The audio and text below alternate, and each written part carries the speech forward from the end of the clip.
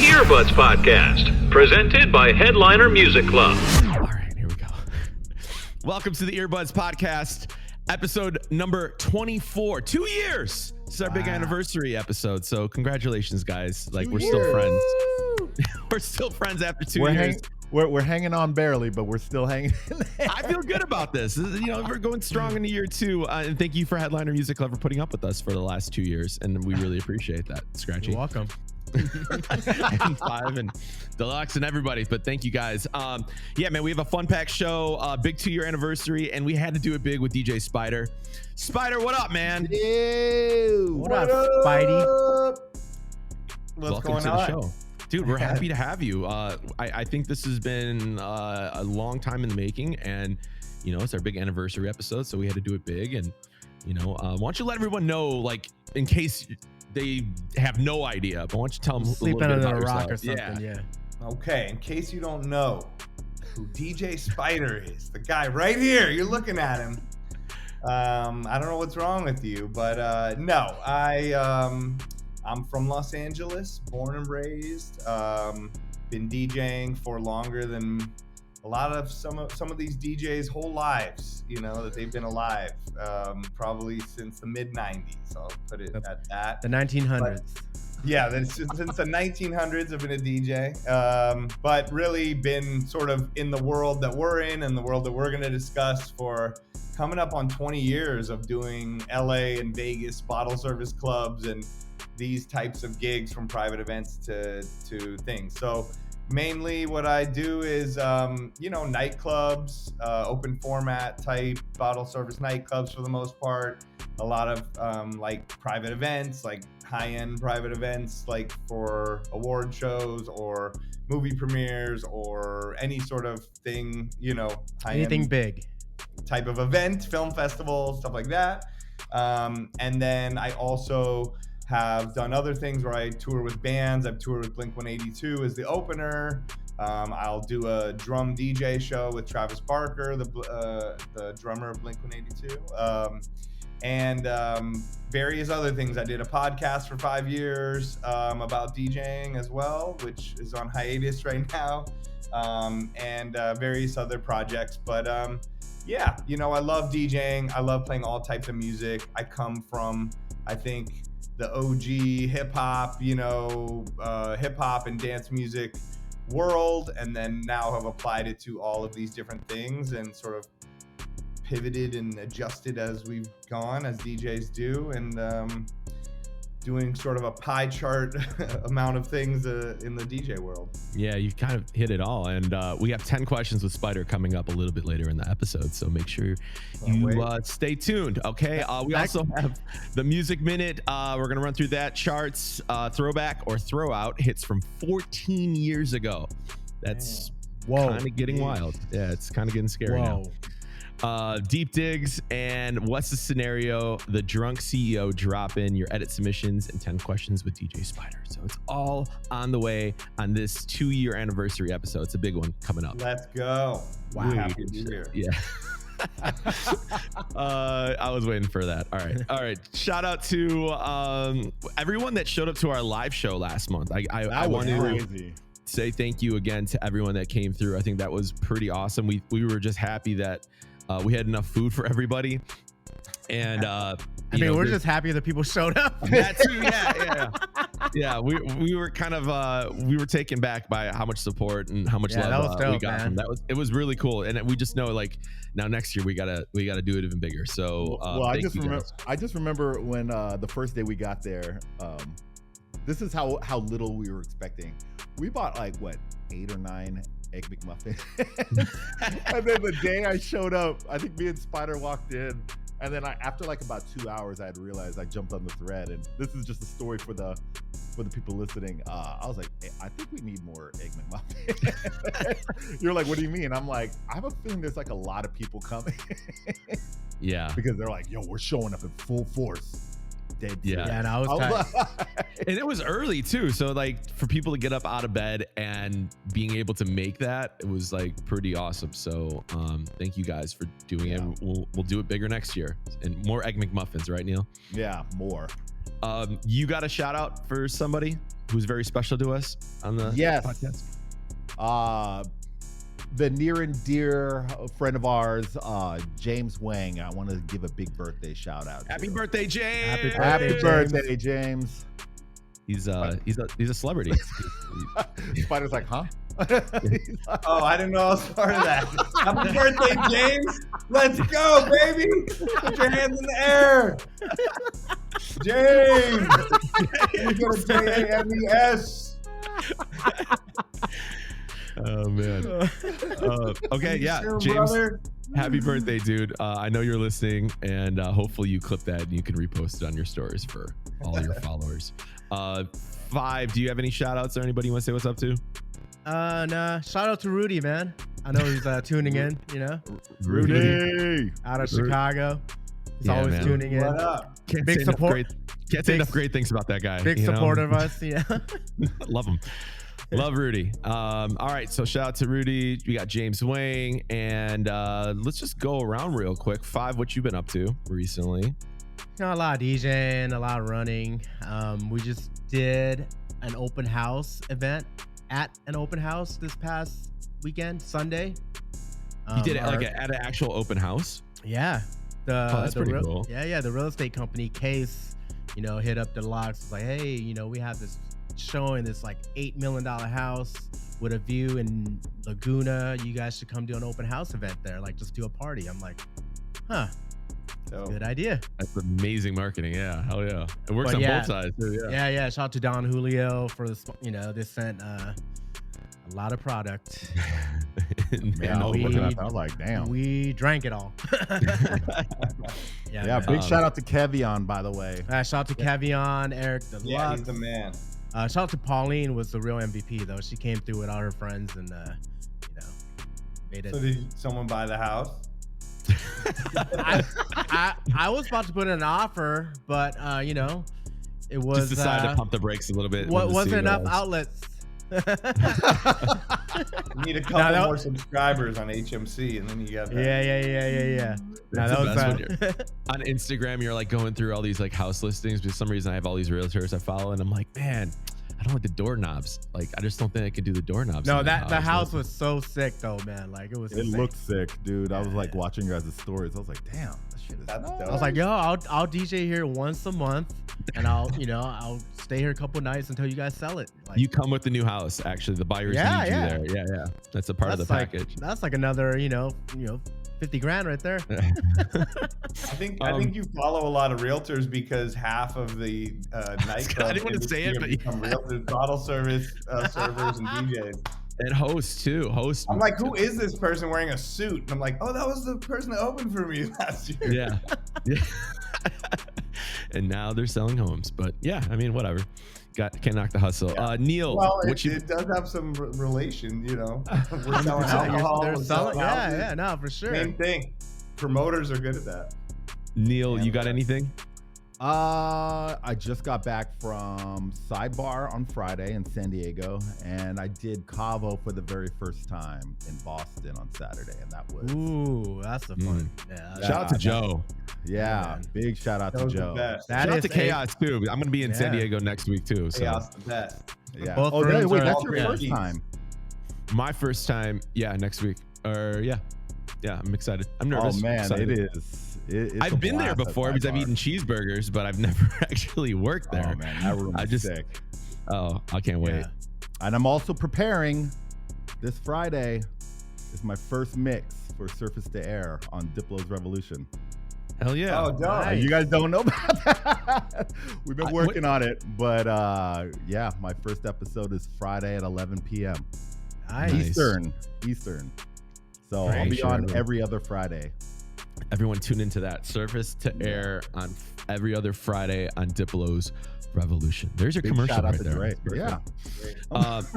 Speaking of Neil, I actually ran into Neil in New York. I was in New York last week. I had to do an event, and we hung out. We had a great time together, didn't we? Yes, we did. Yeah, yes, we did. We went to Blue Ribbon. Yeah, I had some French fries. And what else did we do? Well, then we hopped around. We went to Little Sister. We went to Mulberry Bar. Yeah, shout out to James. That's a fun room. Yeah. Nice and awesome. small. Yeah. And then we went to Little Sister right after.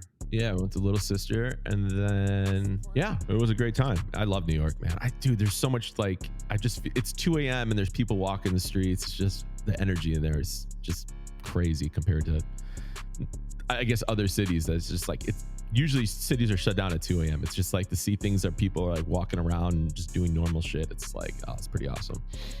Yeah, I mean that was a wild time though. Like, the past 2 or 3 weeks in New York has just been crazy. I mean, it's still crazy right now because we have Fashion Week going on, right? You guys But got we had Fashion Week, we had VMAs. VMAs, and we had the US Open all back to back.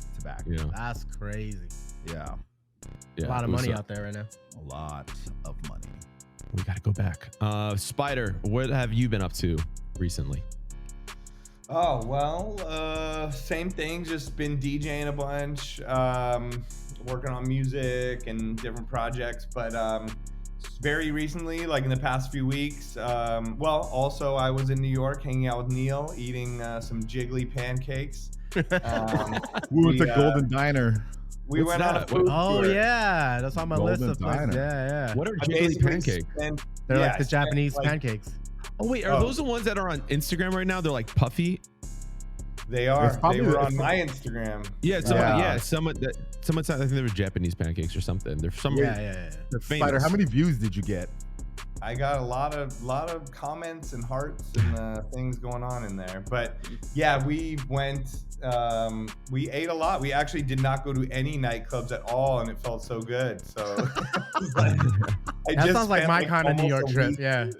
We just spent like 4 days eating nonstop, hanging out, doing whatever. So that was fun. But no, I've just been doing Vegas every couple weeks, doing Tao nightclub and Marquee in Vegas, doing some private events.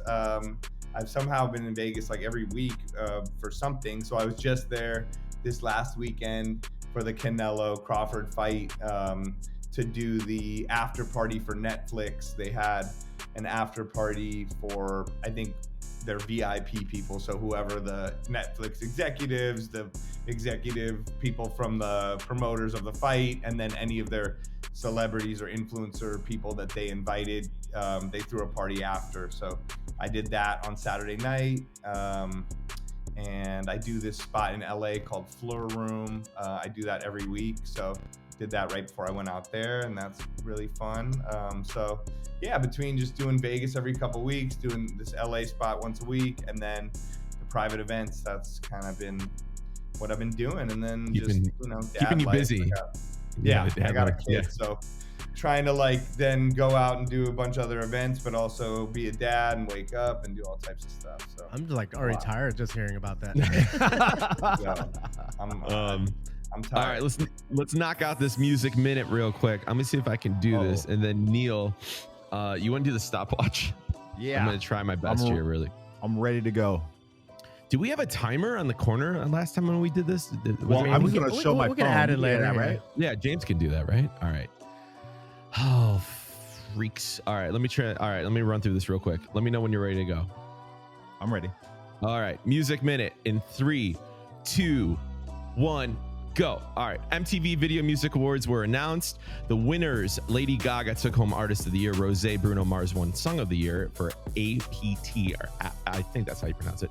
Alex Warren grabbed Best New Artist, and all three seeing major post-show streaming spikes. So I guess the show did really well because it was on CBS this year. Also, albums to watch. Doja Cat's got a new album dropping September 26th. Ed Sheeran dropped Play. Sabrina Carpenter's Man's Best Friend is climbing 30 fast. seconds. All right, DJ news. CDJ 3000X launches, so make sure you look out for that. A lot of cool stuff, bigger screens. John Summit throws his own festival. It's called Launching Experts Only, September 20th through the 21st in New York City. And Coachella just announced their lineup. Sabrina Carpenter headlining Justin Bieber and Karol G, amongst many others. So we'll talk about that a little bit later. Bam! Did I do good? Time. Was that cool? Well, Yes. 2 seconds left. Okay, 2 seconds cool, left. man. I feel good Wow, about that. You're getting better at this one. You even added like So go check that out. Like you. Yeah, well, I realize I'm just like I'm reading the notes here. I'm like, man, I'm not gonna be able to read all that. All right, some things I want to talk about really quick on this. The VMAs. I'm not sure if you guys saw that, but they had a song of the summer list and they had the nominees. These songs are just very random, and I just wanted to get your guys' opinion on any of these songs. If it, like, did you even play them or did you even know about them? Here, Addison Rae, Headphones On, Alex Warren, Ordinary, Benson Boone, Mystical Magic, Big X The Plug, All the Way, Chappell Roan, The Subway, Demi Lovato, Fast, Doja Cat, Jealous Type. Mind you, these are all songs of the summer, they're saying. The Demon Hunters Golden Song, Jesse Murph, Blue Stripes, Blue Stripes, Justin Bieber, Daisies, Molly, Silent Addy, Shake It to the Max. Oh yeah, I know that song. Shut up. All right, Morgan Wallen, What I Want, Raven, I don't know, Love Me Not, Sabrina Carpenter, Manchild, and Somber is 12 to 12. Do you guys, are any of those songs a song of the summer for you? If I were to pick one out of that group, as a DJ, Shake It to the Max. Yeah, but yeah. I think Shake It to the Max. Somber might. Somber's just a good song, like, but Yeah. I think I'll wait for a remix or edit. And Yeah. I do play Ordinary, Alex Warren, not the original, but I play there's a Scene edit and then a DJ from Mars edit that I play. And the Golden is from the what's it called? I like that song. Yeah. Yeah, it's from the K-pop Demon Hunter. I think we talked about it last episode. Last episode. We talked about it the live one. I don't remember the live one because you said it and I didn't know what. K-pop Demon Hunter was. I just looked at you. I was like, it's massive. It's like the #1 song. Yeah. The blue strip. I keep saying Stripes. It's Blue Strips. The Jesse Murph. I remember that one. It was a country. It was like a country crossover. Yeah. But these are all like I like Songs it. of the Summer is kind of a stretch to me. Yeah, it Right. seems like they were just trying to jock the guests and make them feel good and stroke their ego because none of these songs are even out during the summer, I don't think. Besides Shake It to the Max, Mystical, Magical, and Love Me Not. Those are the only ones that Ordinary was out during the summer. Ordinary was pretty big, though. Yeah, that was big. That was Ordinary. Charted forever. Besides that, all those just came out in the last week or so, or a couple weeks, right? I don't know. Yeah, Addison Rae, Headphones On. Yeah, I don't know. I've never heard that song in my life. And what's the Love Me Not song? That song's huge. It's really dope. I don't know it, but I'm a huge Rex Orange County fan. So if it's the same song I'm thinking of, it's a great song and it's been out for a while. It kind of sounds like almost Motowny or something. Yeah. Rex Orange County is like this dope, British kid that ran with like Tyler the Creator, but like he's got like a crooner type sound. He's sick. Yeah, it sounds like a Motown Yeah. influence song, but it's dope. Her But voice it's new though. It's not that old, right? Like to say the song of the summer is kind of crazy to say that. Yeah, right? no. It's been out longer than those, but yeah, no, none of these are song of the summer. I don't even think they were out, like more than a couple weeks. Especially the Chappell Roan and the Sabrina Carpenter. The Chappell Roan, I don't think I even played that song. Came out like a week ago, I think. Do you guys have a song of the summer? I was thinking about that. Unfortunately, from a DJ perspective, no. I mean, I'll tell you mine. I like that notion that the days that I felt like that song was just like it still hits. It came out in the beginning, like in the spring, right? Yeah, but that song's like 10 years old or something, or like that. Is it the original? Yeah, like it just only remix. became. You only heard it because it became big on TikTok.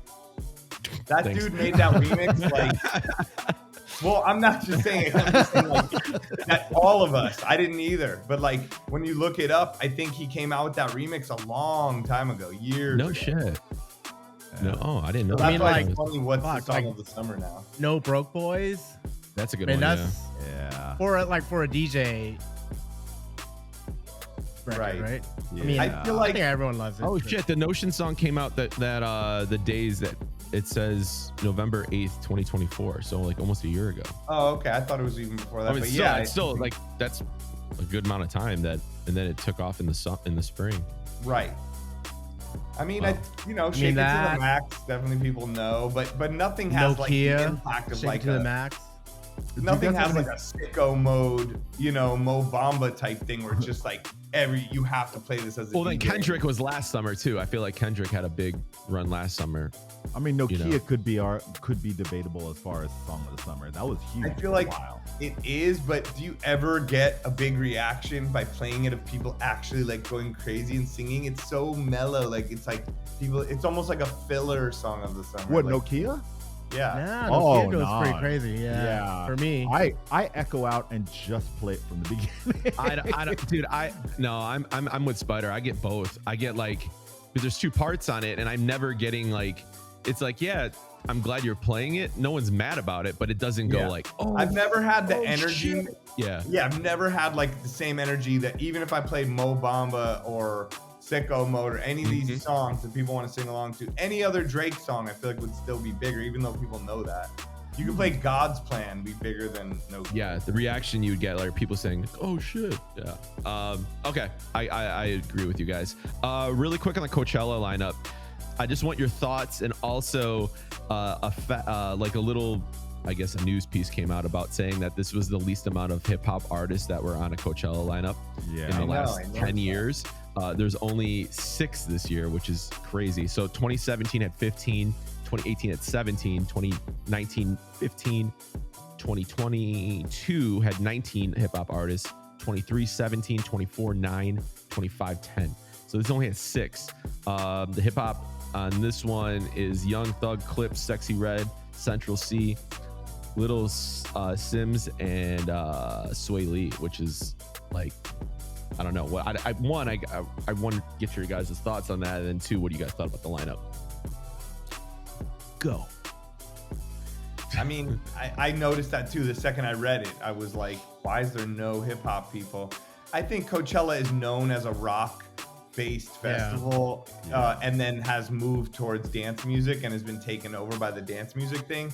So it's always been that, but it is noticeably way less hip hop. I wondered in my head why. I mean, I think a couple things to consider is that you can't just be booked at Coachella every year, and there's only so many people. They're not going to book Kendrick. They're not going to book Tyler, the Creator. They're not going to book some of the people that seem like they would fit this year because they've all done it in the past few years.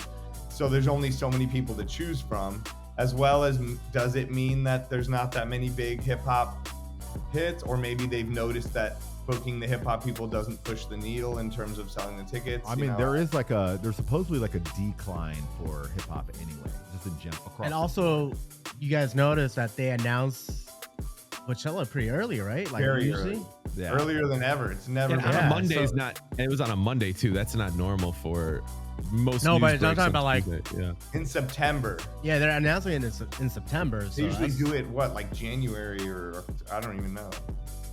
Or am I tripping? No, you're not it's tripping. This early. is No, it's way early. Yeah. Kind of like an indicator, ain't it? Trying to get the ticket sales early now. Well, Yeah. you got people putting it on their, their Christmas wish list or holidays and stuff like that coming up. So Yeah, aren't it's the like, tickets Didn't like sell crazy out now, last year too. Like I remember the second weekend, you could have still buy tickets for VIP or normal tickets. Or upsold. how much are the tickets now though? Like, are they like? I think it's like 600, or it's like $600 for GA and $1,200 for VIP, maybe, or something like that. Yeah, I don't know. That's fucked. pretty crazy now. You got That's wild. Like So, kids I are mean- taking out loans just to go fucking Coachella. Yeah. Right? Well, they have that too. They have the payoff thing. Oh, every festival. Lollapalooza had the same thing, but I forgot what they said. What percent of people are? It was like a large percent of people are actually using that. Affirm, yeah. Yeah, that like ticket layaway company to get concert tickets. Yeah, out. GA 650, Weekend 2 550. So yeah, VIP Start 12, saving.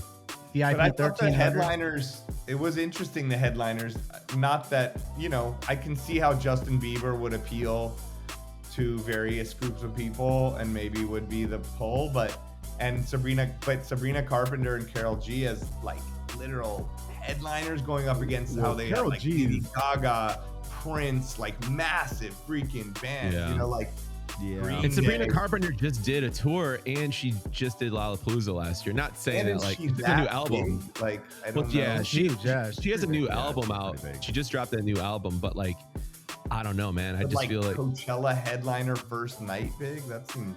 I always liked when Coachella had those like artists that haven't performed in 10 years and they're back together, and it's like, oh, we got to go to this. Like it's Yeah. like because it's kind of like a moment. You're not, you know, and now it's kind of like, all right, well, so and so's back on tour again. It's like, all right, that was just my thing. I don't know. But what, Yeah. what do you think of this overall lineup, though? I think it's very average. Like, I don't think there was Really? anything nothing stood out where it was just like I said, Coachella was always that festival. Even for someone in the Midwest like myself, I'd be like, if there's something that's like Rage Against the Machine hasn't been together in 20 years and they're putting it back together, or Daft Punk, you know, they're back out. Like Coachella would be that festival for those like things, right? Like Outkast. Well, no, I'm just Remember laughing Outkast? because Iggy Pop is not a headliner. I'm like, Iggy Pop, the biggest headliner is Karol G on that day, but they got Iggy Pop in there. I know. And I he's think- like a legend.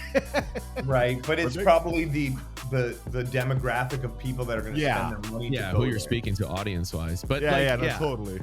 I don't know. I thought that, but it's also not saying it's their fault. Like it's just what they have to work with, right? They have to put a well, then if concert that's the together, case, and then it's that just makes- like, if it's the demographic, I mean, if they're targeting their demographic, I mean, then this makes sense because like Sabrina Carpenter's like one of the biggest right now.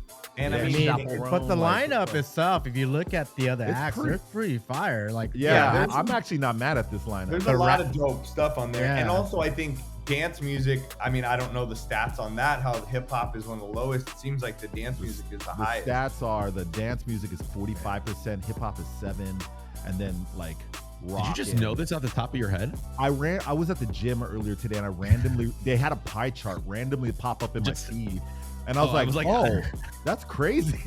So it's Yeah, it funny they seems were like talking about dance this. I'm music like, is oh. like- Yeah, so that's at 17%. I'm like, how do you know that? Like, No, because I was when I saw the pie chart, I was like, "What's hip hop?" And they're like 7%, and I was like, "Well, then what's dance?" And they're like 45. It takes us it's dope, though. majority of Yeah. it. Yeah. all right, well, cool. I'm glad that you guys were able to participate on that. Let's move on to the charts real quick. Let's run through these Headliner Music Club charts. Let me see here. All right, Galvanize, the Chris Lake remix is number Big one record, right now. big record, yeah. Yes, that was I love that original song. James Hype, Waterfalls, the Rick Wonder cinema edit is number 2. Drake and good. Central C, Which One, James Hype remix is number 3. What else do we have in here? I'm just going off this chart real quick. Shout out to Fashion. He's got a We Dem Boys at number 4. Side That's a Piece good one. Electric Bongo at number 5. So I'll stop there. That's top 5 for you guys. Also, Billboard, Golden, Demon Hunters. Are you guys playing that song at all? Is there anyone like? I drop no. it. Oh, you did. How does it do? It's transition, because if I haven't been getting any like a reaction, but a few people will know it. But I have an edit I play, so I'm gonna Is it- I'm now- gonna gatekeep for a little bit. I got a question. Is it like because this is a it's like K-pop and stuff like that, right? Not saying like are the crowds more that you're playing for? Is there certain No, like, the young kids know it. Like I played it at Keys and they knew it. So Oh, okay. yeah. And I All played right. like a It's a trap good song. edit. It's not it's pretty catchy. I'm not gonna knock it. Alex Warren, Ordinary, that song's been up there, and Sabrina Carpenter, Tears is also on the charts as well. So you might want to be playing that. TikTok, Ordinary number 1, Golden, Demon Hunters thing, Morgan Wallen, What I Want, and with Tate McRae. You guys play that or know anything about that? No. I've All never right. heard it. Justin Bieber, Daisies. You guys playing that? No. No. I haven't yet, but I have a few good remixes too. So I Yeah, need to- same. I have a need to couple add it. remixes ready to go. I've played the original a few Can someone times. send that War to Room. me? Because I can't find anything, and like, I haven't even touched that song yet. Like Burnout has a good remix. NOTD has a good The one. original's really hard to play as Yeah. a DJ. The timing of it and the way it is, it's like it's hard to even figure out how to mix it in or out of anything. And then even when you're playing it, I've watched the crowd and it's an awkward vibe. they're trying to figure it out too. It's R&B though, right? It's pretty chill. No, it's like a folky country-ish Yeah. like But you can That came off of his first swag, right? Yeah. Okay, but I thought that was more of the R&B album. So That's that one that sounds like MKG did it. yeah, it's like almost like a singer-songwriter indie rock type. Well, I mean, if you it's a mk.gee. If you listen to him, that song sounds exactly like pretty much his whole album. And somehow he played like a role in the production of it. Right. It's like it almost sounds like he's like singing in like a hallway far away from a microphone, sort of. Is that his style? Yeah. Yeah. You got to listen to MKG. It's mk.g. I heard someone was telling me about that too. Like he just basically not ripped them off, but like No, I guess he like No, he co-produced produced it, I think. Yeah. But that style, what I'm saying is that like that style he just put on his album basically. Yeah. Apple Music City Charts, New York City, Party Next Door featuring Drake, Somebody Love Me. Does anyone play that? Do you play that?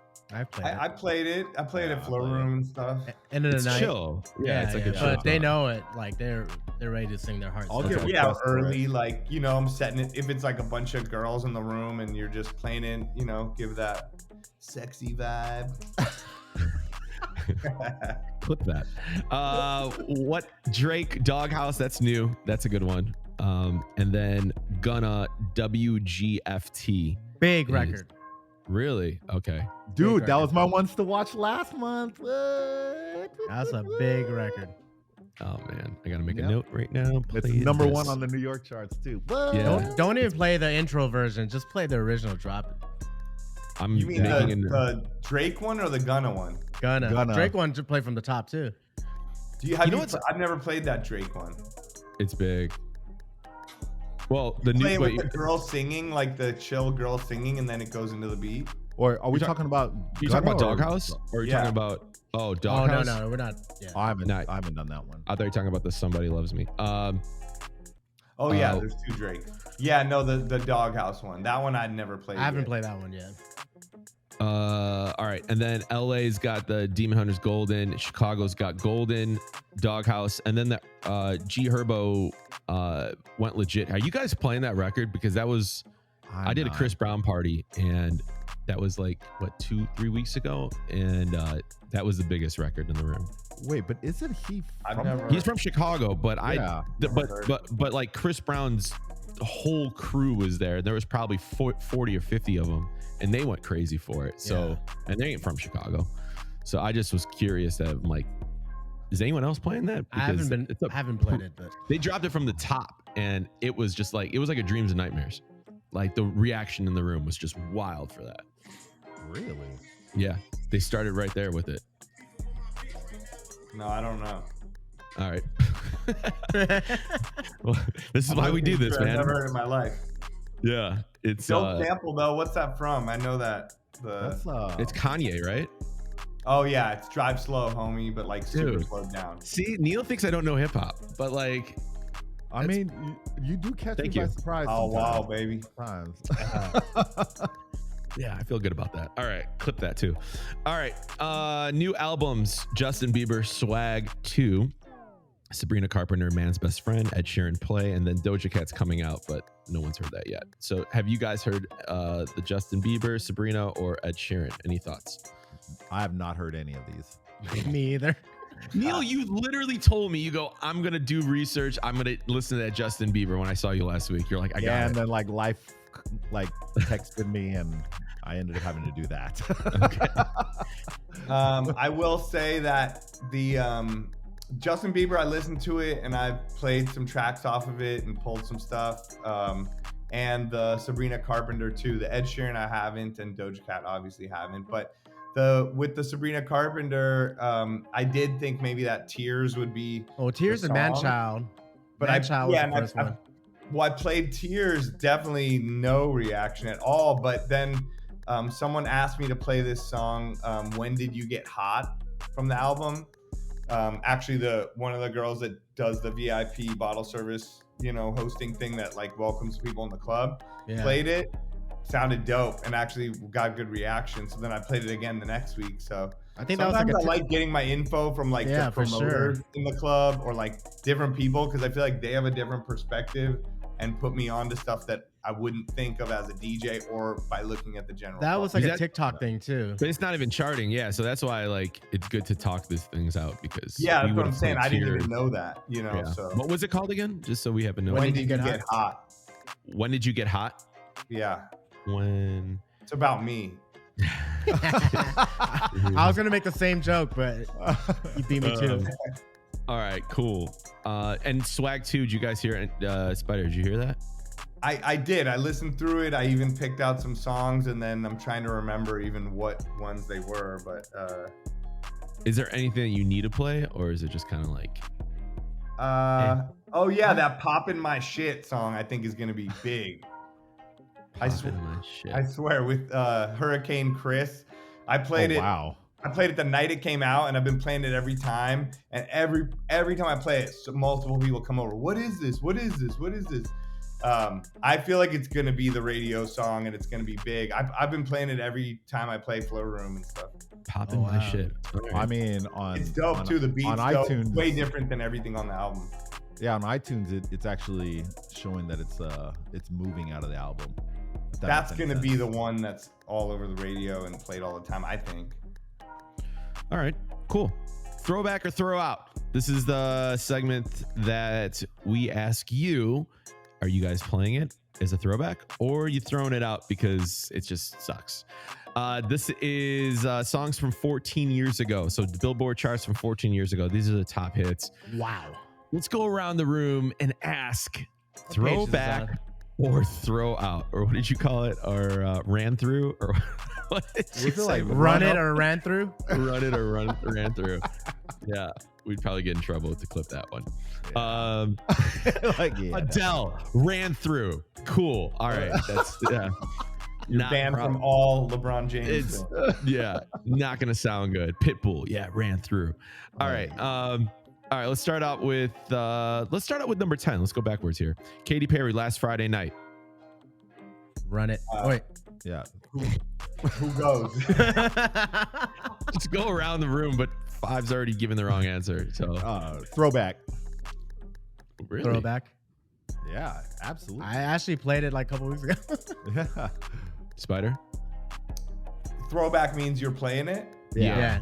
Or throw out. Yeah, definitely throwback. I actually was in Vegas this weekend and saw Zed play at Tao Beach, which was very impressive. Like his set was so dialed in, it was crazy. But he played a remix of that, and everyone was going crazy singing. I literally wrote in my phone, Damn, play I this didn't song think again. I love Zed's intro. He just like it starts playing, he just runs in, and everyone just goes nuts.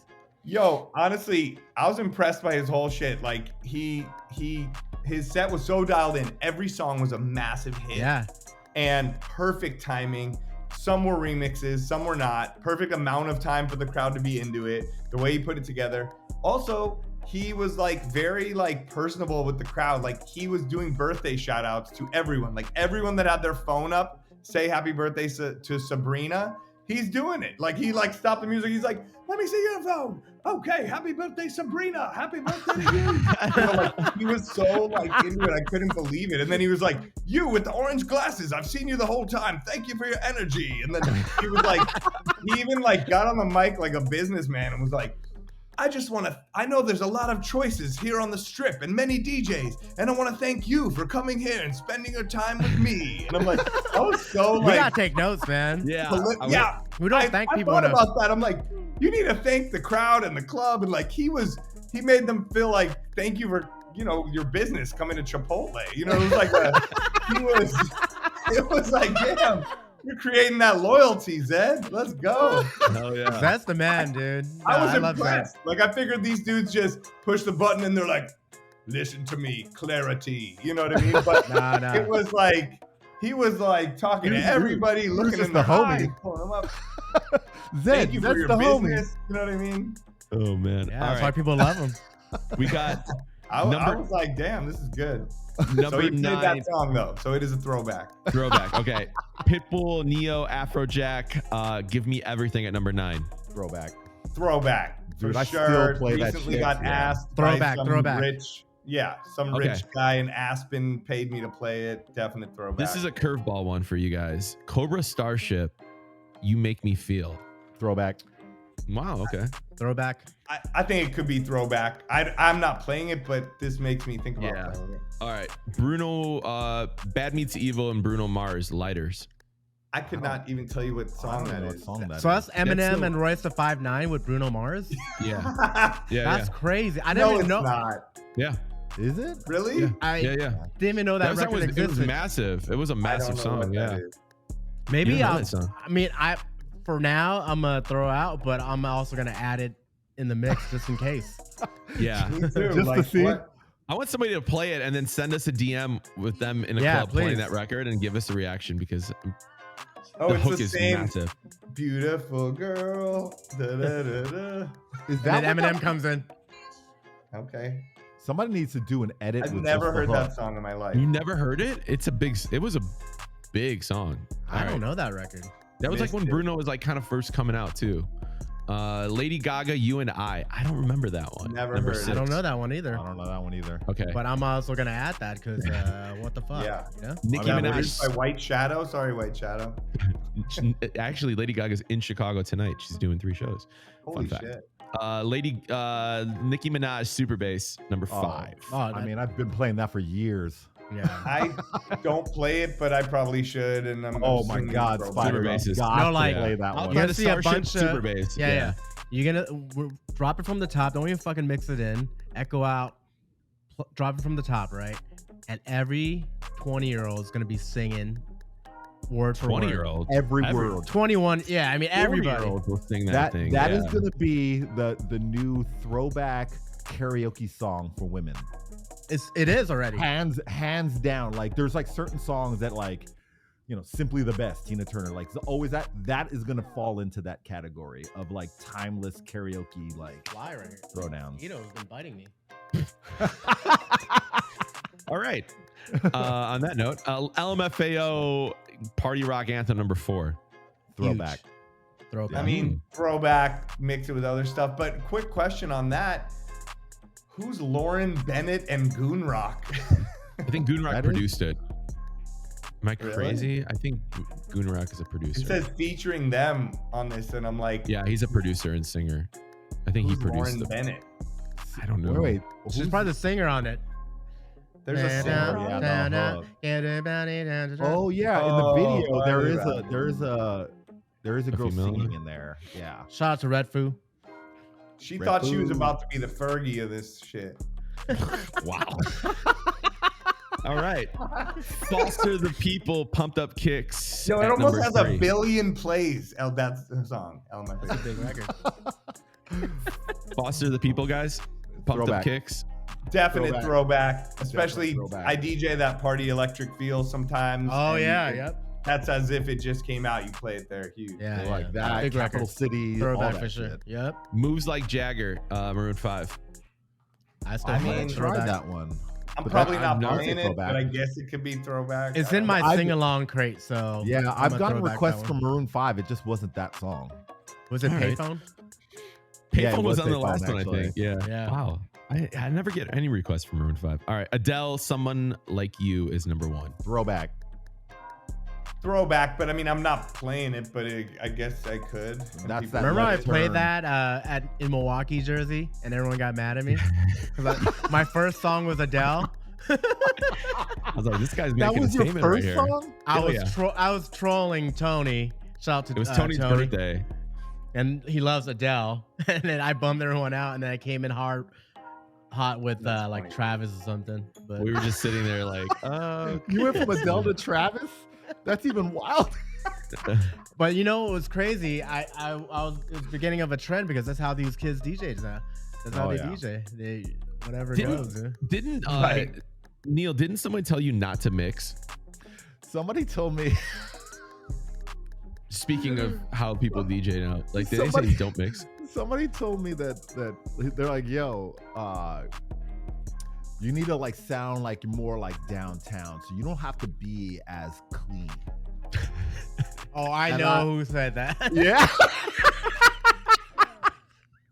I get it though. I just looked at him and I was like, wait, do you even know what you're asking me? So you're basically, they're basically saying, go down to your Serato by BPM and just play song after song and see what happens. No, it was like just like in no order, no BPM. Yeah, BPM no, didn't matter. Yeah, just like into start and stop songs like you're flipping the radio down. Shit. Yeah.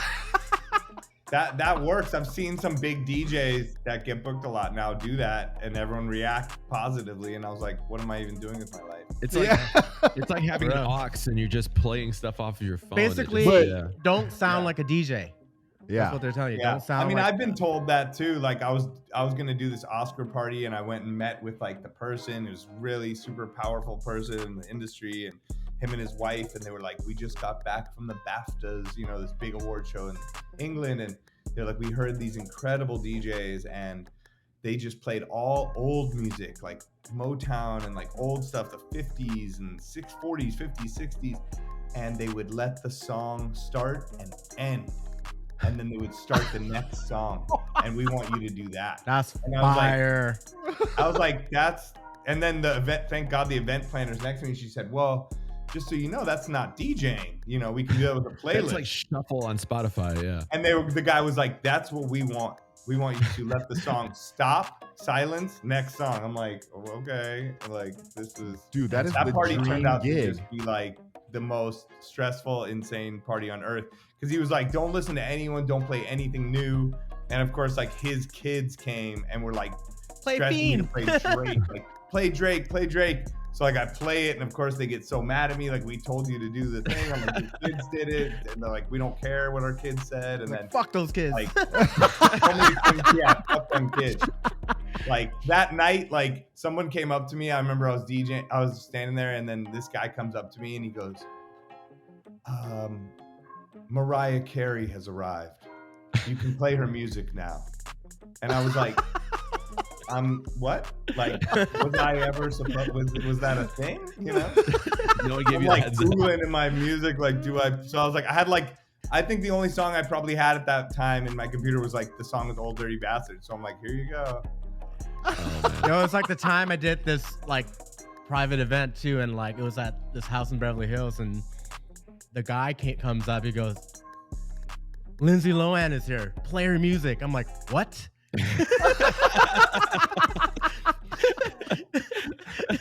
How am I supposed to have Lindsay Lohan music? Yo. Anyways, moving on. That's pretty amazing.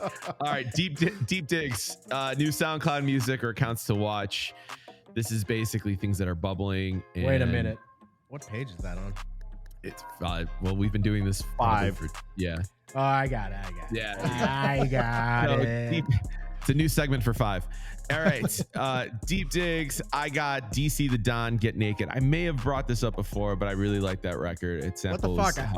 Holler Back Girl. What you brought through that? I said that at the live episode. Yep. Oh well. Oh, well, right. you didn't Jack Neil this show, but you Yeah. definitely Jack me. We were just talking about it too before we started recording. I was That's like, why I like to go first. Because if I was go like- first, yeah. Well, that's a great song. So I'm gonna tell. Has it been Yeah. working for you? Yeah, it's cool. People like it. So Yeah, no, it's a good I record. don't know where it came from, but I had it in my collection, and I'm like, I should No, play you this know what? record. I gave it to you. I don't know if I don't believe that. I gave Yeah. you the play. I have the playlist on my no, Spotify I think that I sent it did to this you. stuff myself, man. I just No, go I through promise and you. I was like, yo, you texted me was like, yo, the Holla Back Girl song. yeah, I found the Remember one I the 5 found. we were on? I The don't know, one man. we were talking about Yeah. last episode. Yeah, Yep. that one. Well, that's my deep digs. Who's next? I got Stephanie with Cooley Rhythm, the Kulo, record by Yellow, which was the editor producer that I spent $15 on buying that one track. So I'm not gonna gatekeep this one. $15. I got this one Jeez. I got this one for free. Shout out to Pauly D. Pauly sent me this. He played it at Summer House. I'm like, Pauly, I need this. Damn. It's a And then- $15. 15. Wow. Well, This wasn't 15. I don't know how much this was, but the one, the pack I bought off him, but it was one track. It was $15, and I had to have it. I don't even play it. okay. ASAP Ferg work, lie on the track, or lay on the track. You can find that on SoundCloud. Just go look for it. It's good for like, it's a baile funk record. A lot of energy. You can play that at your, day, cool little parties. And that's all I got. Neil? I have one profile. This kid, Kyle Davis, it seems like he's out of Brooklyn and somewhere I think in I Texas. have Kyle Davis. Yeah, aka mixed by KD. Oh yeah. Yeah, he's dope. He had sent me one of his tracks that it wasn't like downloadable, and then I hit him up and he was just like, "Yo, I'll send it over." I was like, "I gotta give you a little love on the pod." So yeah, big shout out to Kyle Davis. Shout out Nice. to Kyle Davis. Spider, go ahead, man. Well, I got like a lot of people that I find their stuff dig, and play. I can just shout out all the different editors and people that I've, gotten from Patreon to SoundCloud to Bandcamp. I mean, there's this guy, AJ, AJAY. I think he's out in Austria, but my man Soul Play, when I was out in Cannes, France, put me on to him, and he has a bunch of dope remixes. His SoundCloud's super dope. This dude from Korea, Sign. Sign's dope. Yeah. Sign is super dope. This dude Hassan Insane, dope. Gualtero.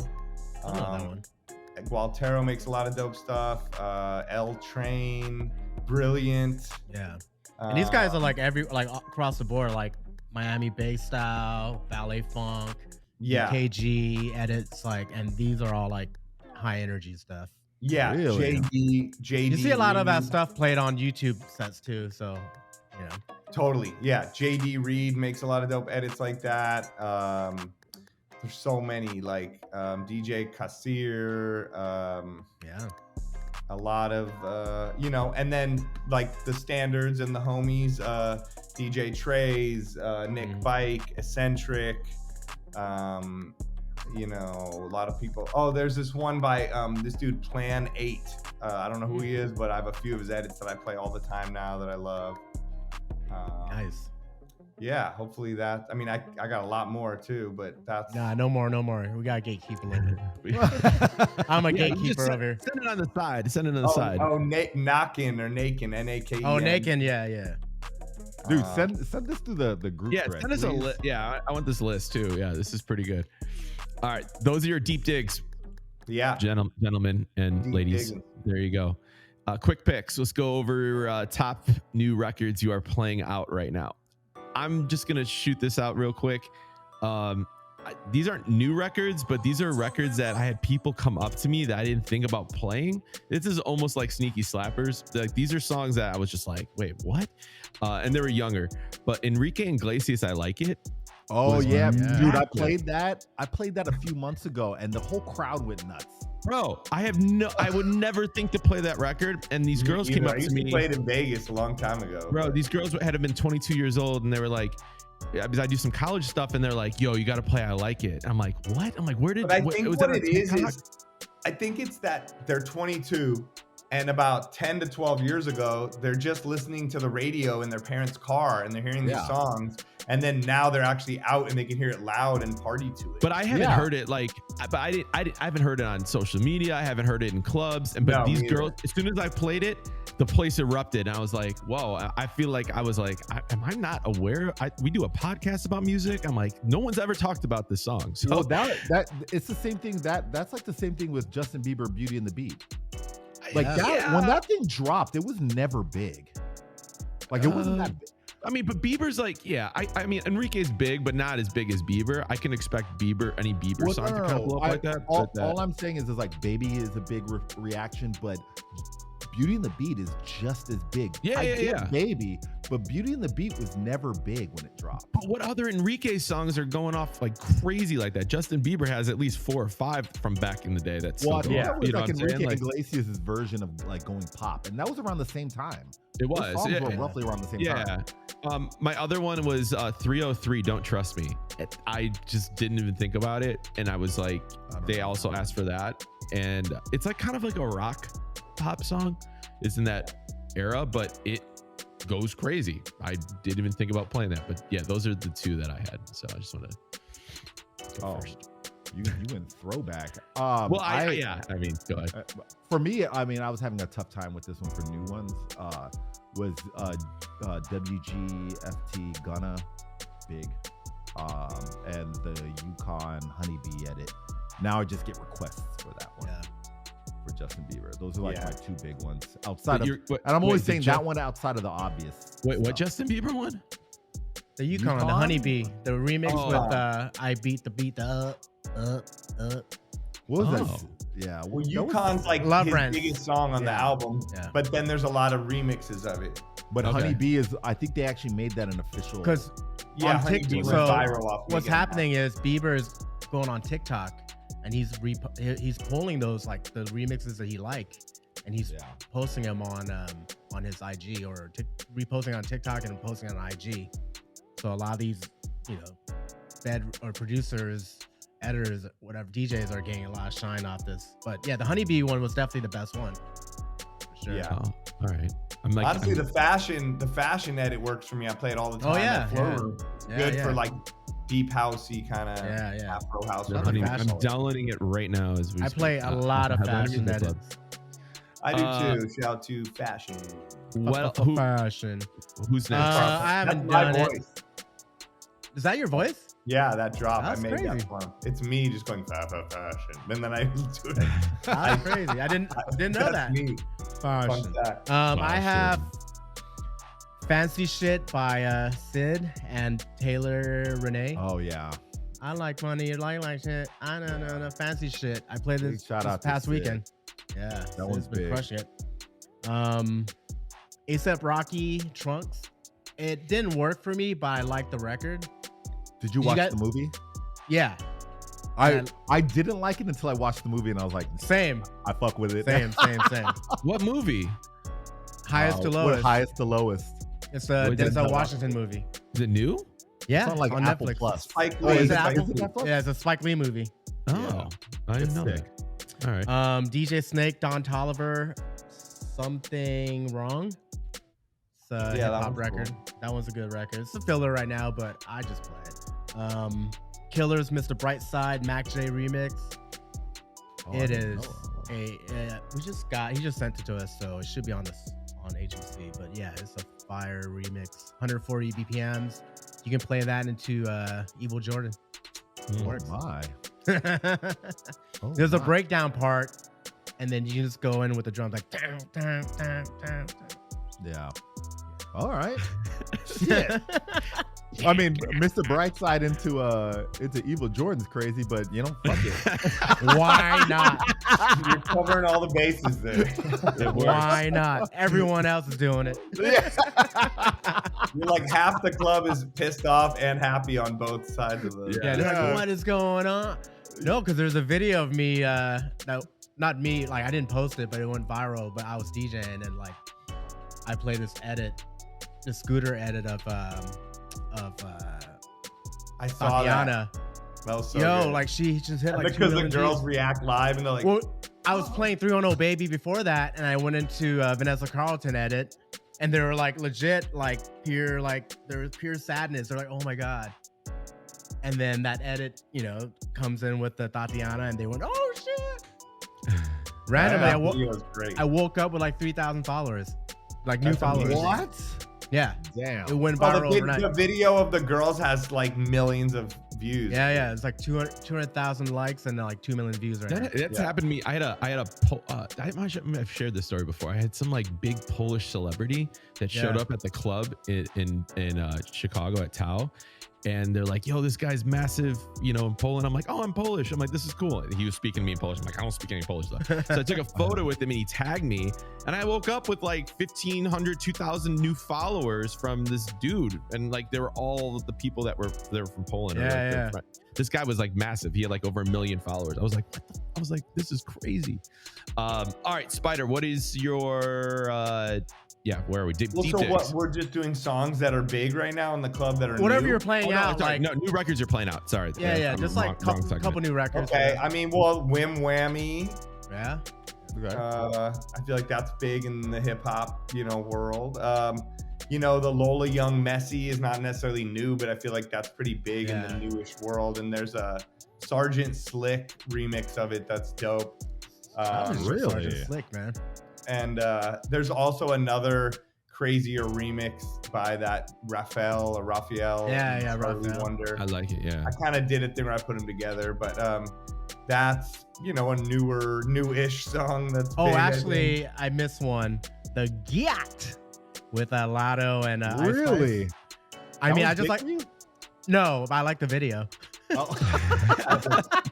I think everyone likes the video. I haven't even All right. seen it. But. The video is pretty tight.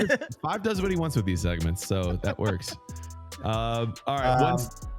Or you have more? Or are you good? Oh, yeah, no. sorry, I Alex. mean, I can do as many as you want. Well, let's do ones to watch. What are some songs and new songs and artists that are bubbling? You can go. With that. Well, I mean, there's that Victory Lap Fred Again Skepta song. I feel like it's pretty dope. Been out for a minute, but Yeah. I also like that Don Toliver FWU song. The beat's Big, super yeah, dope. yeah. Mustard made it. That's like in the club world. I mean, I think, it's different. Like when I do Floor Room, it's like my set is like 95% different than when I do a Vegas club. It's like the stuff that will work in those different rooms are so different. I mean, that Yalla Habibi song is huge, I think. I mean, Huge. like in that kind of world. What's Yalla Habibi? What like did I miss there? It's like Afro Bronco. House, Afro Tech. Oh, okay. I don't play that. It's Afro House, but like it's like when I was in Europe, it's like the biggest song ever. They're trying to make it big here. It How do you works. spell? What's the name of the song again? Just for listeners and me. YA. Well, it's called Ma. Like you spell it like Ma MA and then TNSANI. But I think it means Yalla Hub. It's YALLAHABIBI. And that's That song, massive. Is it the original or is it as Yeah, the original. Okay. Tiesto just came out with a remix, but the original is massive in certain environments. Will be huge. Oh, okay. Cool. Oh, it's on Headliner Music Club. Man, I mean, those guys are so it's good huge. at keeping up. Yeah. Shout out to All right. DJ Ever. Yeah, I'm sure Ever plays it at Fleur too. Oh yeah, for sure. Right? My Fleur brother. I mean, there's another song, Khalil Harrison, Jealousy, I think is like pretty big in that world too. And there's a remix by Kid Flow that sort of gives it more energy and arranges it in a better way for DJs to play. But which one do you play? That one? Yeah, that one. Kid Flow? Okay. Yeah, the Kid Flow one. There's also off that Justin Bieber, that song Bad Honey is pretty big. And Yeah, good. Bad I Honey. think will be big. That's what Swag 2. I think so, yeah. Bad Honey, Love Song, and Poppin' My Shit, right? Yeah, and the Speed I think Neil Demon. just mentioned that, yeah. Speed Demon too. Oh, I Speed think. Demon. Sounds like the Neptunes produced it kind of. Cool. You got Yeah. more? So, I mean, no, yeah. Spider can keep going, dog. Here, let's 5. Why don't you list yours real quick? I we go to have one artist to watch. His name is Me First. Just be on the lookout. Me First. Oh, I saw First. you tag that on while you're running. It was a crazy record. Like Vice played it. I'm like, who is this Me First character? But no songs out yet. But I think he's gonna be a good one to watch, or Interesting. Okay. whoever it is. Whoever it is. Okay. It's scratchy. I'm like, oh, wow. Okay. Cool. I mean, there's that Edge of Desire song by Jonas Blue. It's pretty dope. yeah. Oh yeah, I got that one. Like disco house, Kinjo. Shout to Kinjo. Kinjo's He's crushing it, steady, dude. Like, making dope stuff and on the rise. disco house is huge, man. Like, Yeah. I feel like it's bubbling back up to being like a very big genre again. like Dom, not Dom Dollar, Disco Dom Bresky. Yeah, Disco Dom, so dope. I Crazy play all heavy his in it, stuff. yeah. The Stephanie mashup thing he did, and even that Edge of Desire. Actually, I was just when I was DJing last week. I used Serato stems and I put the acapella of that somber 12 to 12 over it, and it looks really good. I might make a little Ableton edit of it. Do it. Oh. Do it. Yeah, give it to us. And then put it on your Bandcamp. I'll put it on your Patreon. Behind a paywall. That's, you got to do it like that. Neil, go ahead. What do you got for My ones to watch are specific songs. Hoes Be Mad, Cash Cobain. I'm getting requests for that one now. Yeah, I was gonna say that one. I don't believe you, but No, I mean, but you're gonna say it next pod. Definitely will. Yeah. I'd be like, I don't know what you guys are talking about. I've never heard it before. Metro Boomin, take me through there. Take me through there. Dare. Yeah, that Take one is Me Through bubbling in the There. South right now. And here, I like that record. And Pluto Sexy Red, the song's called Motion, and that's actually really big down in the South. I got Chief Keef and Mustard, Shake That as a bubbler. Yeah. And then Drake, Doghouse. And this one just came out, John Summit, Crystallized. I really like it. It's it's like 140. I think it's pretty fast. I think it's like 140. It's like 137 or something. It's kind of like indie dance, like Bloghouse vibes. It's cool. Yeah, it's a cool record. It's different. It's He was teasing it for a while too. Blockhouse at 140 though? I mean, you could chop it in half. I mean, there's a lot of. I mean, there's tons of stuff like that. What do you mean? The stuff is just getting faster. 140? Yeah. I mean, what about like I the gotta Ting Tings? All that stuff was 140. There's so much of it. Yeah. Ting Tings was up there. Yeah. I got. Wait, I which mean, my song? Bloghouse 140 set could go for a very long time. And 150. I mean, all that. There's so much stuff in that range. Yeah. Or you could chop it in half too, right? All right, cool. What's the scenario? This is a good one. And I think everyone's been in this position before. The drunk CEO drop-in. So or it doesn't have to be a CEO. It could be like just the very powerful person at this company. You're guy doing a that booked private you, event. Yeah, or maybe not the guy that booked you, because it could be the party planner that said, hey, So this is just someone very powerful in the company that you're DJing for, comes up to you, wasted, and it asks, hey, play something that everybody knows. What's a song that you play? This is a good one. Well, I have 3. Wow, okay. There's Neil's been in this position before. Go Well, ahead. I have been. I'm gonna give you the 2 that I was not in the position for. Justin Bieber, Baby, Black Eyed Peas, Boom Boom Pow. But the third one, I had a drunk CEO come up to me and was like, hey, it's my holiday party. I'm the CEO. You have to play this song. He's wasted. Gangnam Style. And it was like already, and everybody did the dance because he did the dance. And he was wasted. So he turns around and looks at me and goes, play it again. So I played it again. Everybody starts doing the dance. I played it, no joke, about 28 times.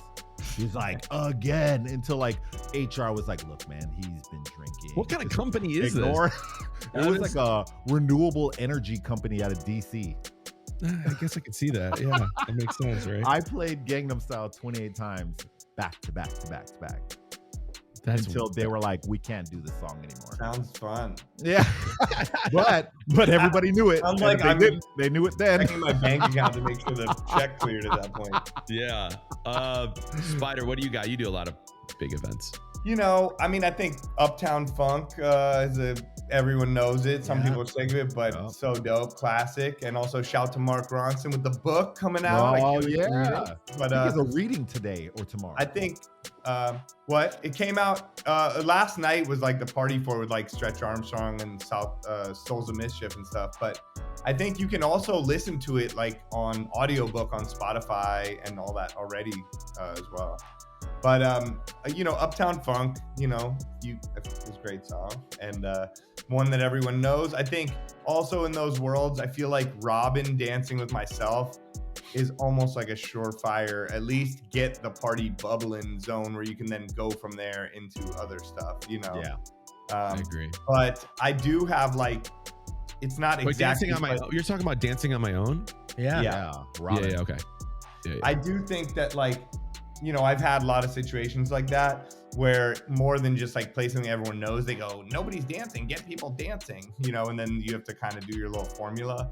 But a funny thing that happened to me once with that was I was doing a holiday party for a big agency, and they had, you know, a raffle, they had a buffet, they had all these different things they wanted to do. And I'm DJing the beginning part, and the guy comes up and he says, hey, the guy that booked me, nobody's eating and the food's all in there. I need you to play some songs to get people to eat.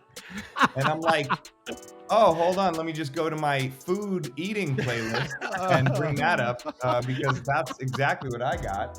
So then I play that, everybody's eating. Obviously I did nothing different but just tell him yes and then do exactly what I was gonna do anyway, and people just started eating and he thought something happened. Then he comes back to me freaking out, like stressing, and he's like, everyone's eating.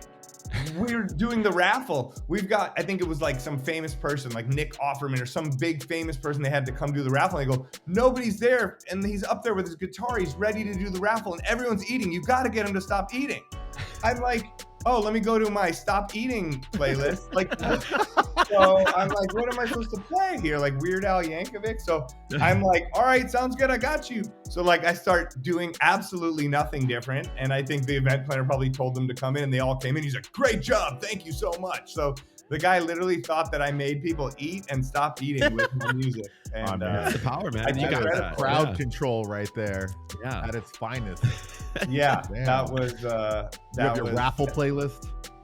I did that party for like years and years and years, and they represent all these celebrities. So like the next year, like the same venue, I remember they had Lonely Island host it, and Andy Samberg was like the main, you know, host of it. Yeah. He used to do the raffle, and he comes up to me and he's like, hey man, you got Tina Turner, Simply the Best?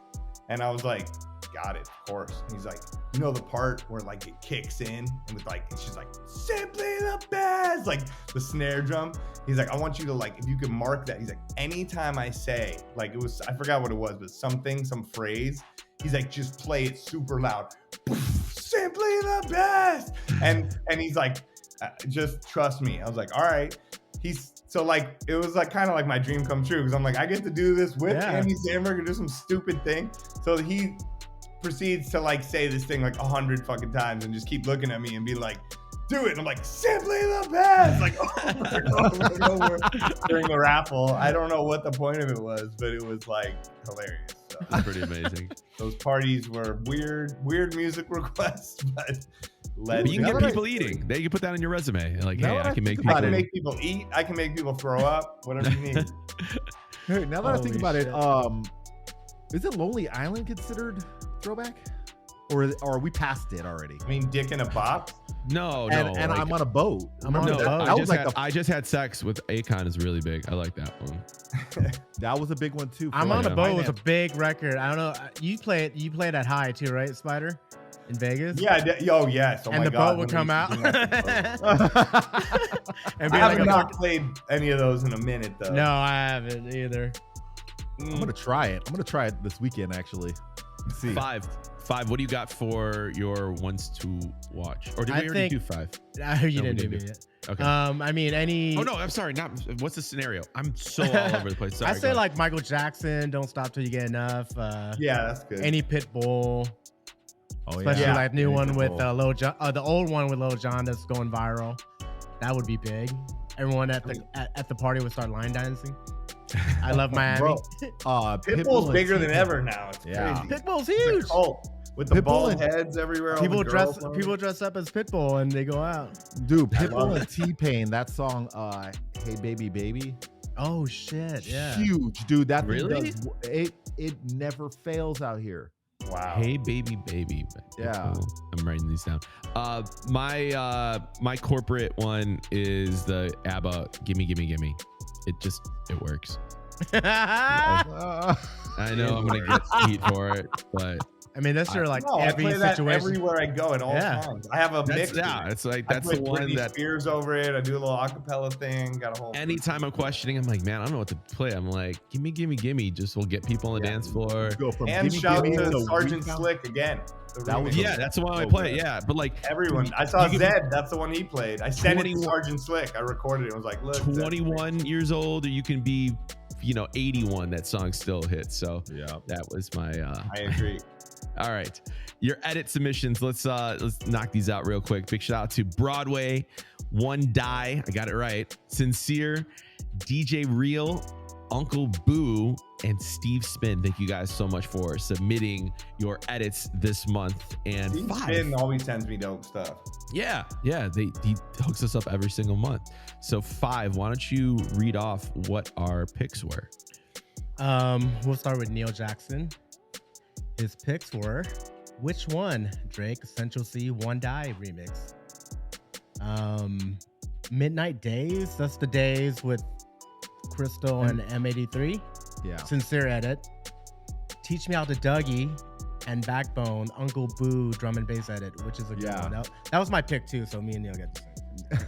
An honorable mention, Ramstein and John Summit, Duhas. Steve So for my hell? thing is like Duhas. I gotta hear that. Yeah, dude, anything with Duhas, you got me. Yeah, you and Graham Funky. Right. Duhas is like, dude, when that song came out, I was like, dude, I want to go to that concert. You know, like when that song came out, I would run away. Like it was a scary song for me. Yeah, it's like a demon song. Yeah, I was like, what the fuck? I was like, I want to go to a rave. Now I love it. like this. Jerzy, he got Midnight Days, also Sincere edit. Reload, Sebastian Ingrosso and Duke Dumont, Steve Spin hit him edit. And for me, I just have Billie Eilish, Everything I Want is Steve Spin remix. Steve Spin is on fire this show.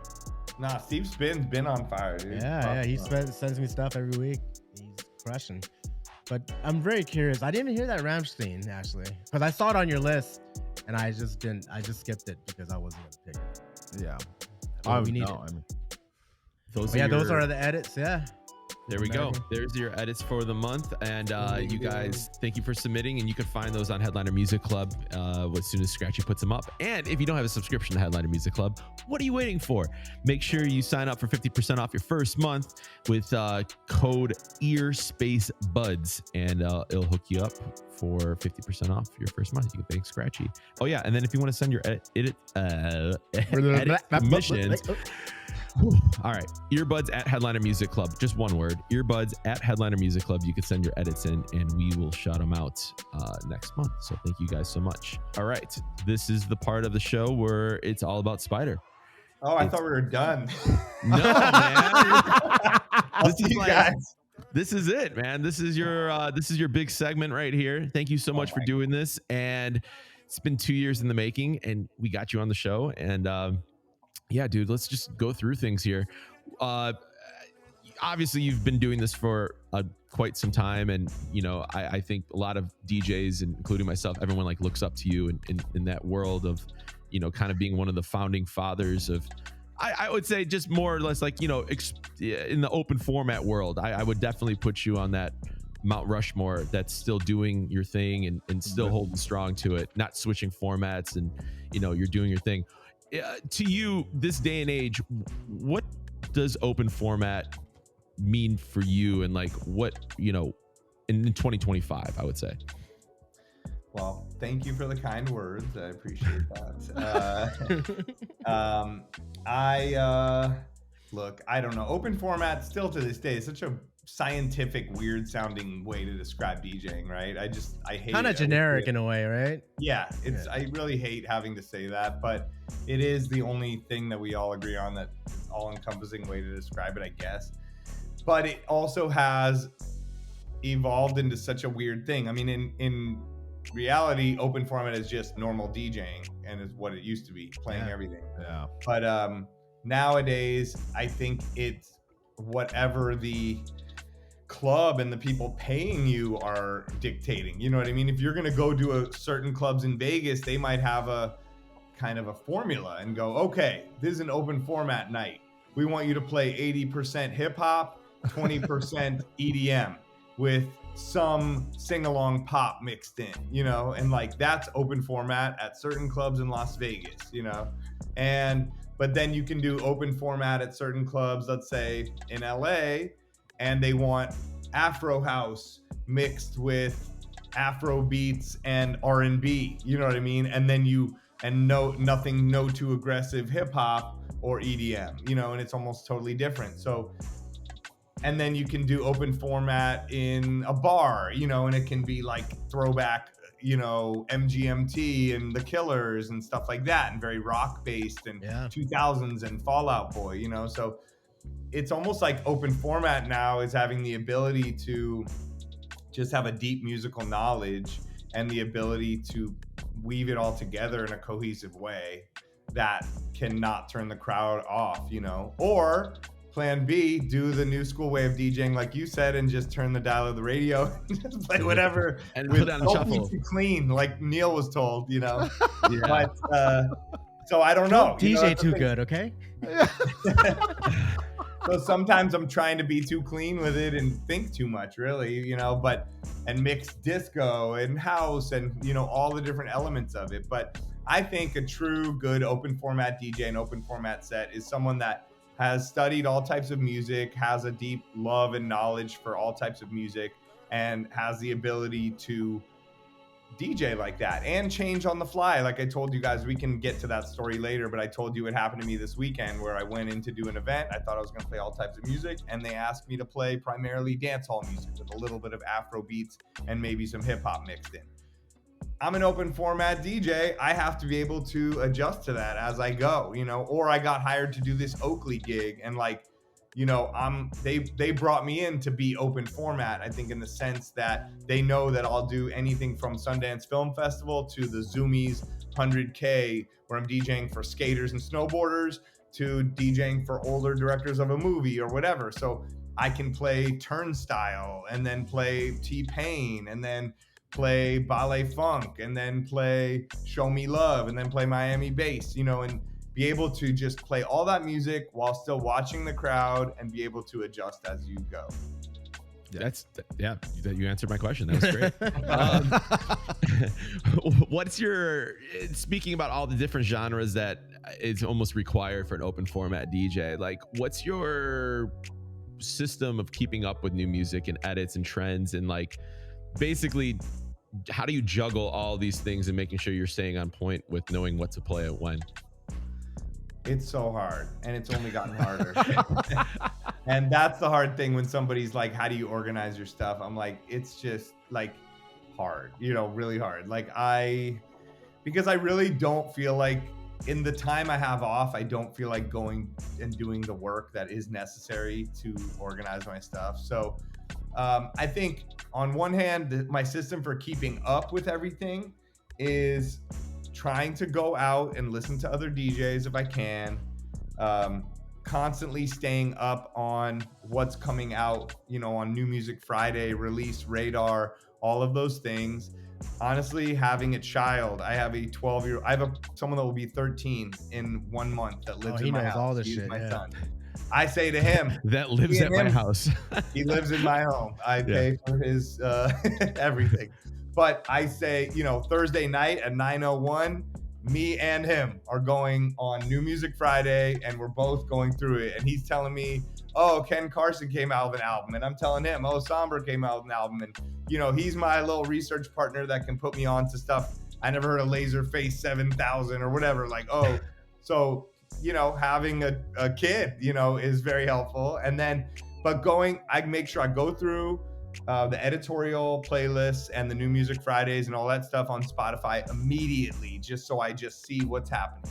I then hit up all the record pools, you know, like Headliner, of course, and I hit up all the record pools and see what they've posted and what they've got going on. Then I'll go through SoundCloud, and SoundCloud I feel like has gotten much better at recommending what stuff I like.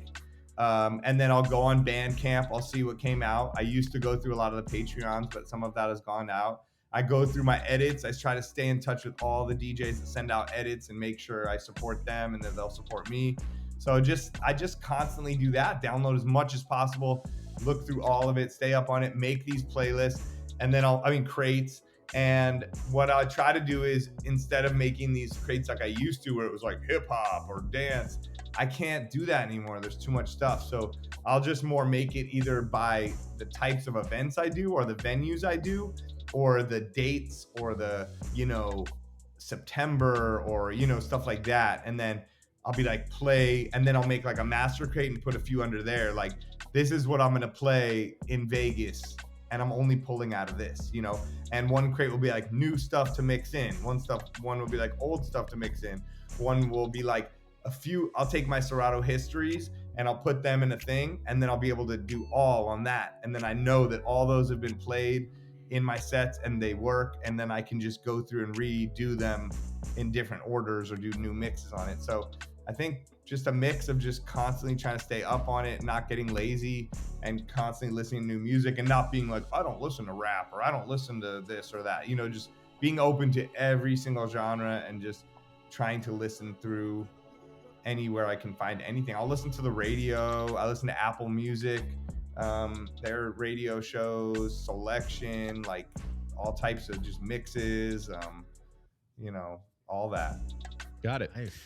I wanted to ask of, you know, you spoke briefly on the private events and stuff that you've been doing. How did you, for people that are listening and they're curious, you know, we have a lot of nightclub DJs that listen to it, but private events are something that I think that there's maybe not a formula to get into that. You can talk to people and they can say, this is how you get into a nightclub, you know, open up, do this, do that. In the world that you're in with, you know, you do a lot of movie premieres and brand events like Netflix and stuff like that.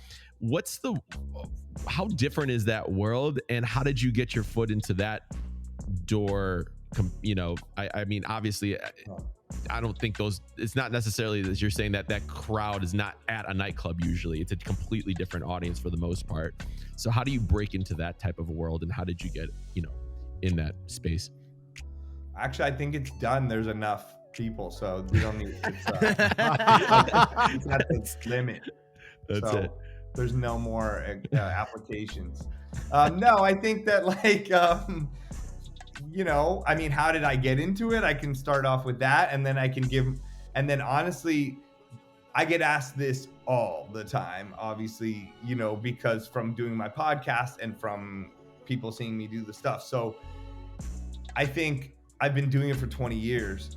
If you use the way I got into it, it wouldn't work now, you know? So I think the way that I say it is I can tell you my story and I can tell you what I've done, and you can utilize that and apply it to what is going on nowadays and how it works, you know? And I think now it's hard. It's very relationship based, you know, just like nightclubs and just like anything else, it's very relationship based. But I guess I'll tell you how I would advise, I think, getting into it now, and then I'll tell you how I got into it. But being in with the event planners, you know, the event planners are the people who, there's almost different levels of event planners, right? So let's say for these big companies like a Netflix or an Amazon or any company that throws a lot of events, they'll have their own team of event planners who do their thing.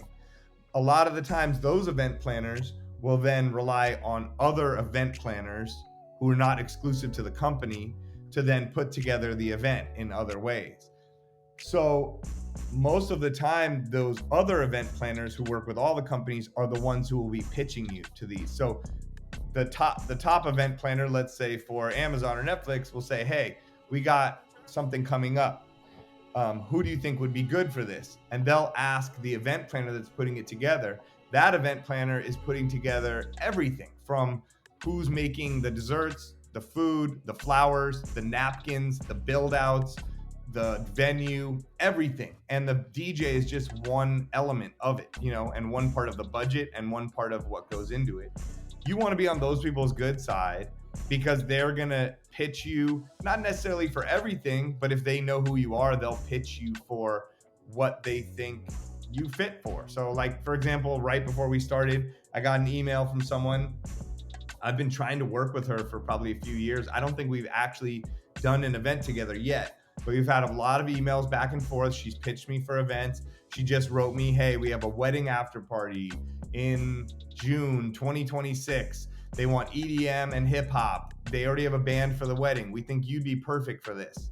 You know, so she obviously thinks of me in a certain way because of probably what I put online, how people have pitched me, and she's going to pitch me for that. And she's probably going to pitch, you know, 2 to 5 other DJs that are similar in that world. So you want to just be in their Rolodex or in their, or I'm not Rolodex also, but in their like contact list of like what it is, you know? So it's almost like an audition though. It's kind of like, you know, if you're like auditioning for a movie or something, oddly enough, that you're doing these premieres and stuff, but it's kind of like, here's our lead characters. You got to, I'm getting hired. I'm getting rejected every week. You know what I mean? Like, but I'm upset when I get rejected. I'm also happy that I was even in the mix and considered, because I know my name is still being thrown around in there.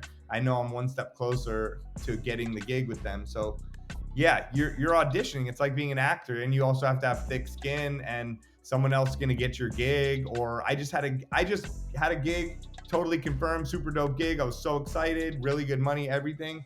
Boom, got canceled because the actor decided they wanted another person to DJ who I know, and I'm happy for that person. But you know, that's life. I was like pissed off for a second, but I'm also like, it was a mix of happy for the person, also happy that I was in the mix, and just I was super cool about it and said, thank you so much for even thinking of me.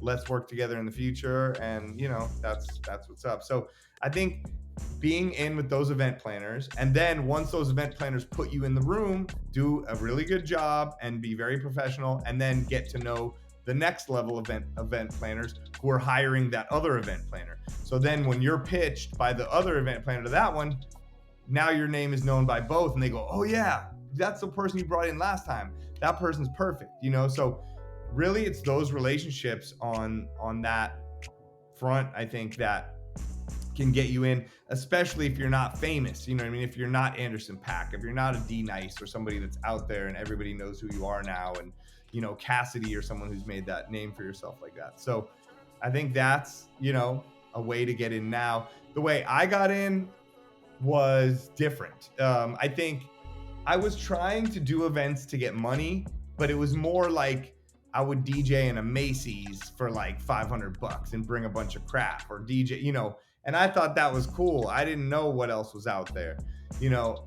But the person that I have to give the most credit for getting me into the scene was DJ AM. Like when I first got in with him, you know, I met him while I was doing an event. I was doing the Bongo Jeans event at Magic Convention in Las Vegas, 2005, literally 20 years ago right now. And Magic Convention was a clothing convention in Las Vegas. Yeah, they brought him in because Nicole Richie was a spokesperson of Bongo Jeans. And they said, oh, we have Nicole Richie's boyfriend who can come DJ with you guys.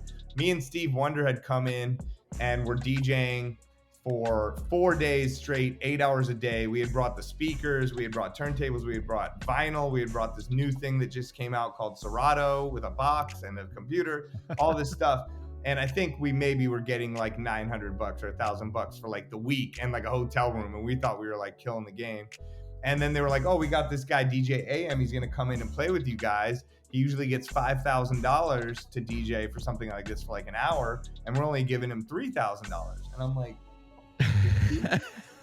how much money and who is this person? You're like, wait, you got a budget? Like, wait, you just told me this? Yeah. So I'm like, who? So, you know, he comes in, I watch him do what he's doing. And obviously, even for him, that came from a relationship-based thing.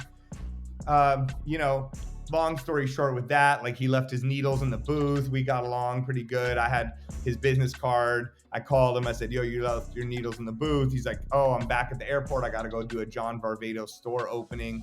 You know, can you come to the airport and bring me my needles? I was like, who is this guy? And Steve Wonder's like, go, dude, I'll hold this shit down. I'm like, all right. I go, I bring him the needles. I give him my mix CD that I'd made. And I go, yo, just listen to this, please. You know, and that was it. He called me the next day and he's like, yo, mix is dope. Thank you so much. I own a club in LA called LAX. I want you to come and meet this guy. He has all these MP3s, every MP3 encoded. And at the time, nobody had that. And it was like all the ultimate breaks and beats on MP3. So I go, I didn't even go to Hollywood nightclubs at that time. It wasn't in my world. I go with Steve Wonder, walk in, meet this guy. It's Kevin Scott. And from there, Kevin's like, yo, AM said your mix is dope. Things just started like going from there. I also, at the exact same time, entered and won a contest that Mark Ronson was the judge of, as well as Matt Colin, who's Steve Aoki's manager, and he was the head of BPM magazine parties at the time. I win that contest right after that, and one of the prizes was to go on tour with Mark Ronson around the country, play at Winter Music Fest, in Miami and play at LAX, DJ AM's club. And it was that week. So like, I'd just done that thing with AM, and I call him, I'm like, yo, I'm the dude that you met. Like, I'm playing at your club. I won this contest. I'm playing with Mark Ronson. He's like, holy shit.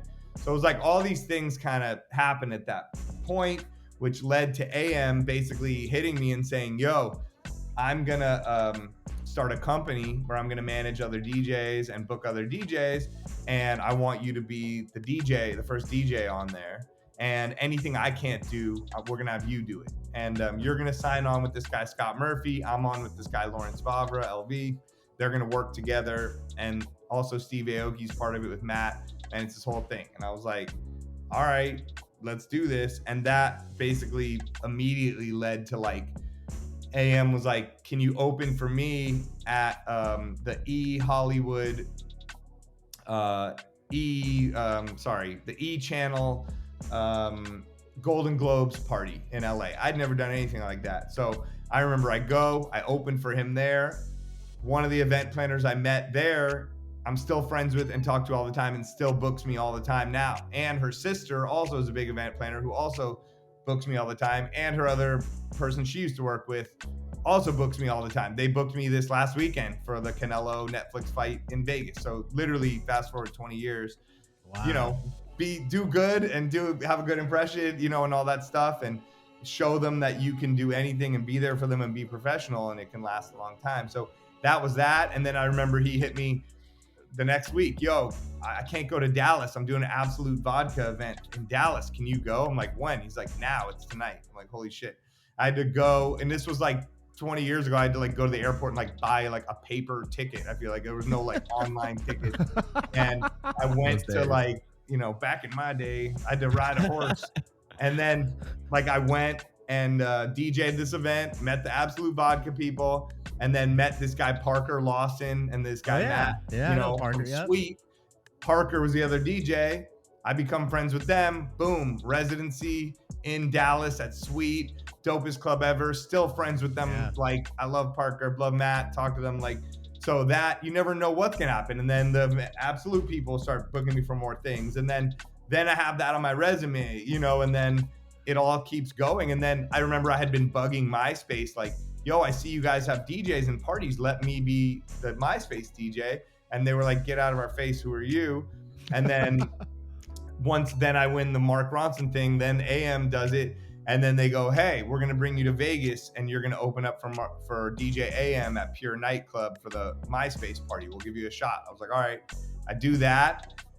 Boom. Like that leads to like the next level where they go, we want you to be the official DJ of MySpace. We're going to fly you to every city in the United States, pay you, and you're going to do all these gigs. And then that led to like a billion other things, you know what I mean? And getting all these connections and becoming that, you know, I met DJ Scene, I remember, and all these people that were also working with MySpace. So it's just like what? That just me or the? Okay, I thought I was tripping, so I didn't say anything. No, I didn't want to say anything. I think he just. Are you there, Spider?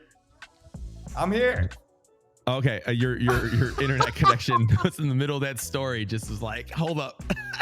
Oh damn.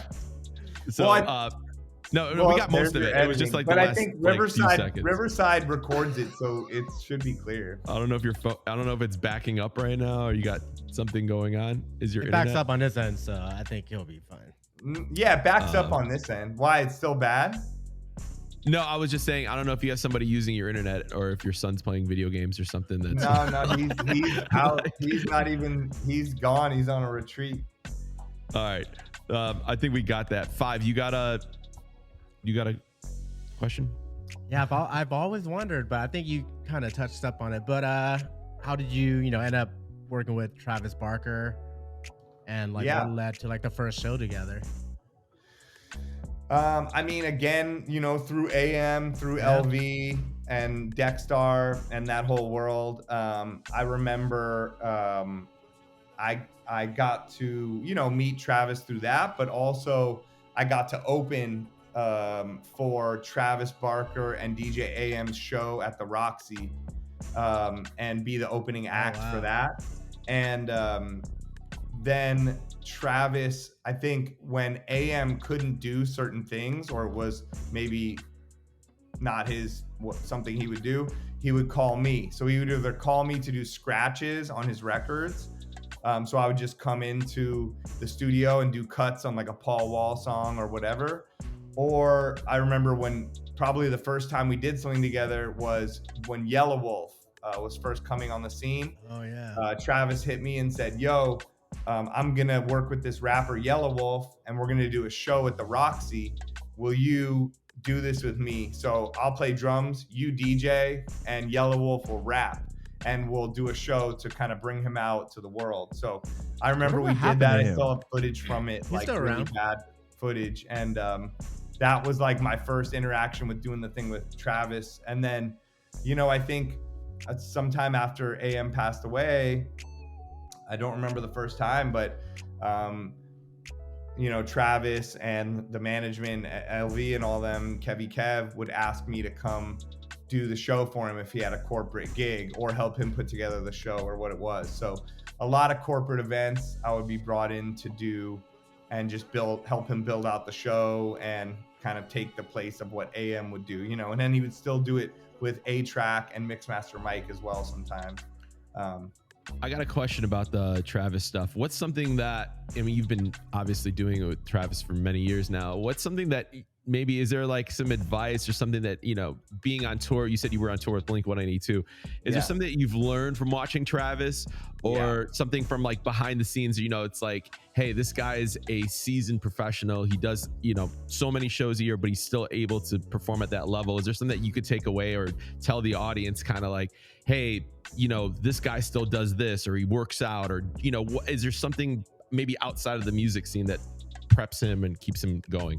100%. And I mean, it's just discipline, work ethic, and love of the game. You know what I mean? He absolutely loves playing drums, loves music, loves making music and doing it, and has a very deep connection to that and does not stray away from it. And the same where I think a lot of DJs, musicians, other people will get caught up in a lot of the other parts of it with celebrity or any other thing that comes with all of this. And it's hard to remain in the same way where I see you on line 5 scratching and just cutting it up. And I try to do that too. That's why we love that. You know what I mean? We'll do that for free. We'll do that forever. Like, that's when I need to go back and feel the love of DJing, I go back and have a scratch session, you know? And Travis has that very deep connection for the love of it, and doing it for the love of it, whether you're getting millions of dollars or not, mixed with the discipline of and work ethic of practicing nonstop. Someone thinks you're the best in the world, there's still going to be other people coming up below you. So he's practicing all the time, never stopping. He's on his bus, he's on the drum pads, he's in his dressing room, he has drum sets set up, he's playing, he's always practicing. He's always working with up and coming young people to anybody, you know, like he just wants to play. He's not worried about like, how much money am I going to get for this or that? You know, he just does it for the love of it, has insane discipline, insane work ethic, and treats his body like an athlete, like super healthy, super into working out, constantly working out. Like I'm there with them, you know, we're doing push-ups all the time. Like, I'm like, I don't even know how to do a push-up. I look insane, you know, like he's doing these heavy ropes. He has me in there doing it. Everyone's crying, laughing because I look like an idiot, but I'm like, shit, I got to do this too. Like, that's how you can like keep the endurance going. It's like a marathon runner, you know? So I really think it's just discipline, work ethic, and remembering why you do things, and the love of it is some things that I've learned from him, among other things. You know, a lot of other stuff I've learned from him as well, just from being a parent and being someone that's open-minded and, you know, nice and generous and helpful, and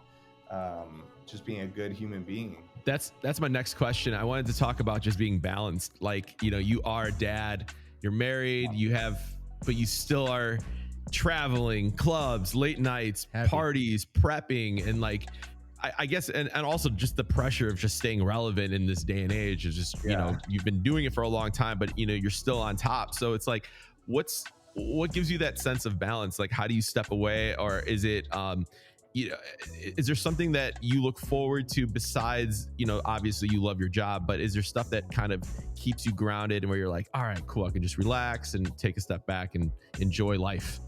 Yeah, it's hard. I mean, it's really hard. And like, I think that it goes in waves, you know, like life just keeps changing. I think the beauty of being a DJ and being a DJ for this long, and something that all of us probably can attest to, is in the same way we can look at a crowd and make quick decisions and pivot extremely quickly and read the room.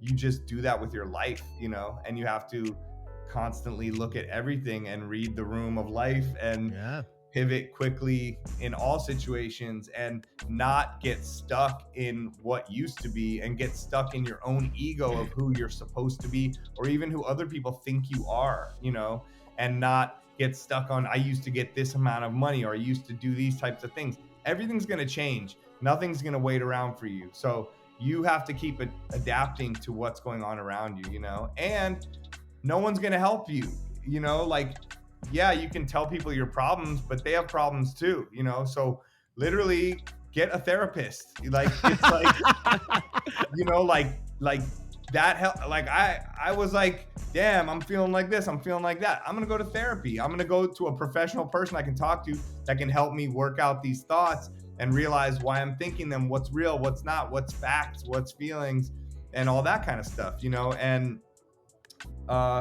you know, I think take advantage of the relationships that you have in your life that are still there that you may take for granted, like your parents, like your wife, like your kid, like any of that. My kid's about to be 13. I feel like he was born yesterday, you know, like I can remember the songs I was playing when he was born in 2012, just like we're going over it. And and so it's crazy to see, you know, how fast the time goes. So just really try to immerse yourself in all that and be nice to yourself, you know, like talk to yourself in a nice way. Like, you know, we can all be self-deprecating and it's funny, but really you got to be a supporter of yourself and be like, yo, you're dope. Good job. That was cool. Like you put this together. Like I'm proud of you, self, you know, like, and then, you know, and also just giving to other people, like giving knowledge, giving songs, giving anything, your time to other people and helping them out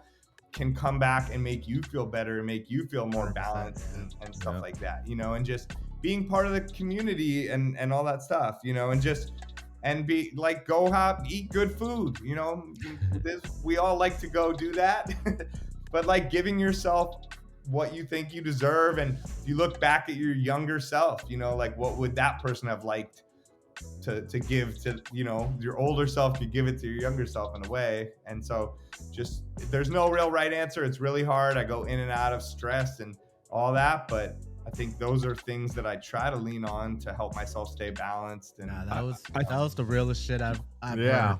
For real. We need to clip that. Like that needs to be its own segment. Oh, I'm already like formulating that. Yeah. That was deep, man. We need this on a song. Just like everything mild... you said right now hit. Right? It was so good. True. It's hard. We got to go through It's like the realest shit. That was amazing. Especially after all we went a lot through of people need to hear that, you know? part. For sure. Like we've been through a lot. So, and the fact that we're here, like, just be proud of yourself and just, you know. Well, dude, that was a great way of ending it, and thank you so much for knocking that out. Oliver. And yeah, man, thank you for giving us that just an insight to your world, dude. It's been 2 years. Yeah, I'm glad we got you on the pod. Thanks for being interested. Thanks for everything. Thanks for everything you guys do. And I mean, honestly, I go on Headliner, you know, just shout like first thing, you know, that is definitely one of my main, everyone asks me, that's definitely one of my top sites that I've you don't have to, bro. You guys. Scratchy's clipping that as we speak. He's like, hold on, man, we haven't done processing. But no, for real, you guys do it for the culture and put up. I have one last question though. I'm here. Is the podcast ever coming back? Dude, I was literally gonna ask that. Yes, I think I'm gonna do it. I had a talk with Neil when we were in New York actually, and he was like, "Why don't you bring it back like how we're doing it. We'll record it once a month, so it's not overwhelming. I think. Yeah. Look, I was doing it for 5 years. I was doing it almost every week. It was a lot.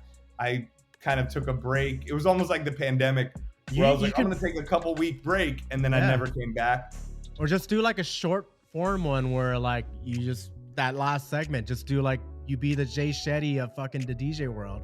Just fucking. I'm not mad at that. Do some motivational shit because I know I'm trying to figure out. That touched me. I was touched. That means a lot. Thank you. I would love to do that. It's hard. It's hard to do it when you're all by yourself. You know what I mean? I was doing the podcast by myself. You guys have like a crew. It's like a whole thing. So I feel like you would be good at that though. Like. Right. I'm mean, trying to figure out the right way to bring it back. You know, it was the booking of the guests and all that. It was really hard. Yeah. It's a lot of that's work. why we stopped doing fourth meal. Like it was the same thing. Like it's hard getting fucking guests. Exactly. So I definitely want to bring the podcast back. Everywhere I go, a lot of people ask me, which is very amazing and motivational. And even just going in the past year to Asia, to Europe, and even just being in Vegas this last weekend, people coming up to me like, yo, we never met, but I listened to your podcast. And I'm like, that's crazy to me. Yeah. So I want to, but it's also, oh my God, it was so nice having the break and just not having the responsibility of like, who do we have on? What are we doing? Yeah. You know, and all that crap. Yeah. Well, I mean, the streets are talking, man. They want it. So Okay. yeah, I will. they need it. I'm working on it. I've been working on making music and like getting really hardcore back into production. So that's been like my top of my priority, you know, along with and trying to keep up. You're saying with the social media and I mean, you're crushing social too, man. Like I'm trying. The scratching videos to Planet Rock is fucking on that's fire. in the same way you said, getting the followers. It was crazy. Like that was an event I did. Travis Barker asked me to DJ his clothing launch for Hurley at a mall in Irvine. That's my favorite mall. And some guy just filmed me scratching because there was like 5 people there by that point. Everyone had left, so I was like, I'm just scratching. I put that on my page. It goes crazy. Like I probably got like, I don't even know, 5,000 or 8,000 new followers just from that video alone. Yeah. So then I started doing more videos in that vein and even doing the same thing, but in a nightclub, another like 3,000 followers, 4,000 followers. Like my shit went up over 10, 15,000, like probably went about 10,000 new followers within a month from just putting those scratch videos. And it had been pretty stagnant, you know? And so it's interesting. And so that got me to start experimenting more with a lot of different things. But it's hard to know with the social media, it's, you know, and I've been more active on TikTok and all that. I want to do more videos where I'm just like doing a blend back there and all that too. But it's hard to stay motivated with all that. I think like the blend videos are like, you know, every fucking one with a controller and Serato's doing it. But I think the scratching videos are harder because nobody's really doing that. No one can really, you know, cut here and there, but especially. Yeah, I've been trying to keep up with all that and, you know, just all that stuff. But I love making music. I've always produced. And so I've been really trying to do it. I'm in this little like mastermind kind of class with a few other people and this producer teacher guy that can help with any questions we have. And so every week I'll meet up and I have a bunch of remixes on deck and things I've been working on. So trying to do that and then try to fit in the podcast within there along with all my other shit. Looking forward to it, man. We believe in you. We believe in you. You can do it. I'll send you the remixes. I want to thank Scratchy, James, and Good Chill for putting the show together. Thank you. This is not just us 3 over here. There's a lot of people behind the scenes that make this whole show possible. So thank you guys. 5, you want to plug your playlist? Yes, I have a playlist, 5's playlist on Headliner Music Club. I love it. Every single month, you're like shocked when I send it to you. We do this every month. It's just like, he's like, oh shit, you're sending it over to me. I upload it weekly. I haven't uploaded in like a week or 2, but I'm gonna upload it after this, or update it, I mean. And then look out for Open House Records on YouTube. We just filmed the event in Laguna. So we have every week we're gonna have videos all the way till November. So if you guys are trying to get on, it's gonna be a ways away. And Open House Radio on Diplo's Revolution every Tuesday, 8 p.m. Yeah, and then Neil, you want to plug yours one more time? Your show? I got on Diplo's Revolution, Surface to Air, every other Friday, starting this Friday at 11 p.m. Eastern. So that's hot. Gang. Nice. Guys, listen. Make sure you listen. Jerzy, you're next. We got this podcast. It's enough to just stay up to date with music and everything. So, all right, guys. Well, thank you so much for tuning in this month, and thank you for the 2 years of support. That means so much to all of us here on the podcast and Headliner Music Club. So, thank you again, and we will see you next month. Bye. Peace. Thanks, Spider. Thank you. Thank you.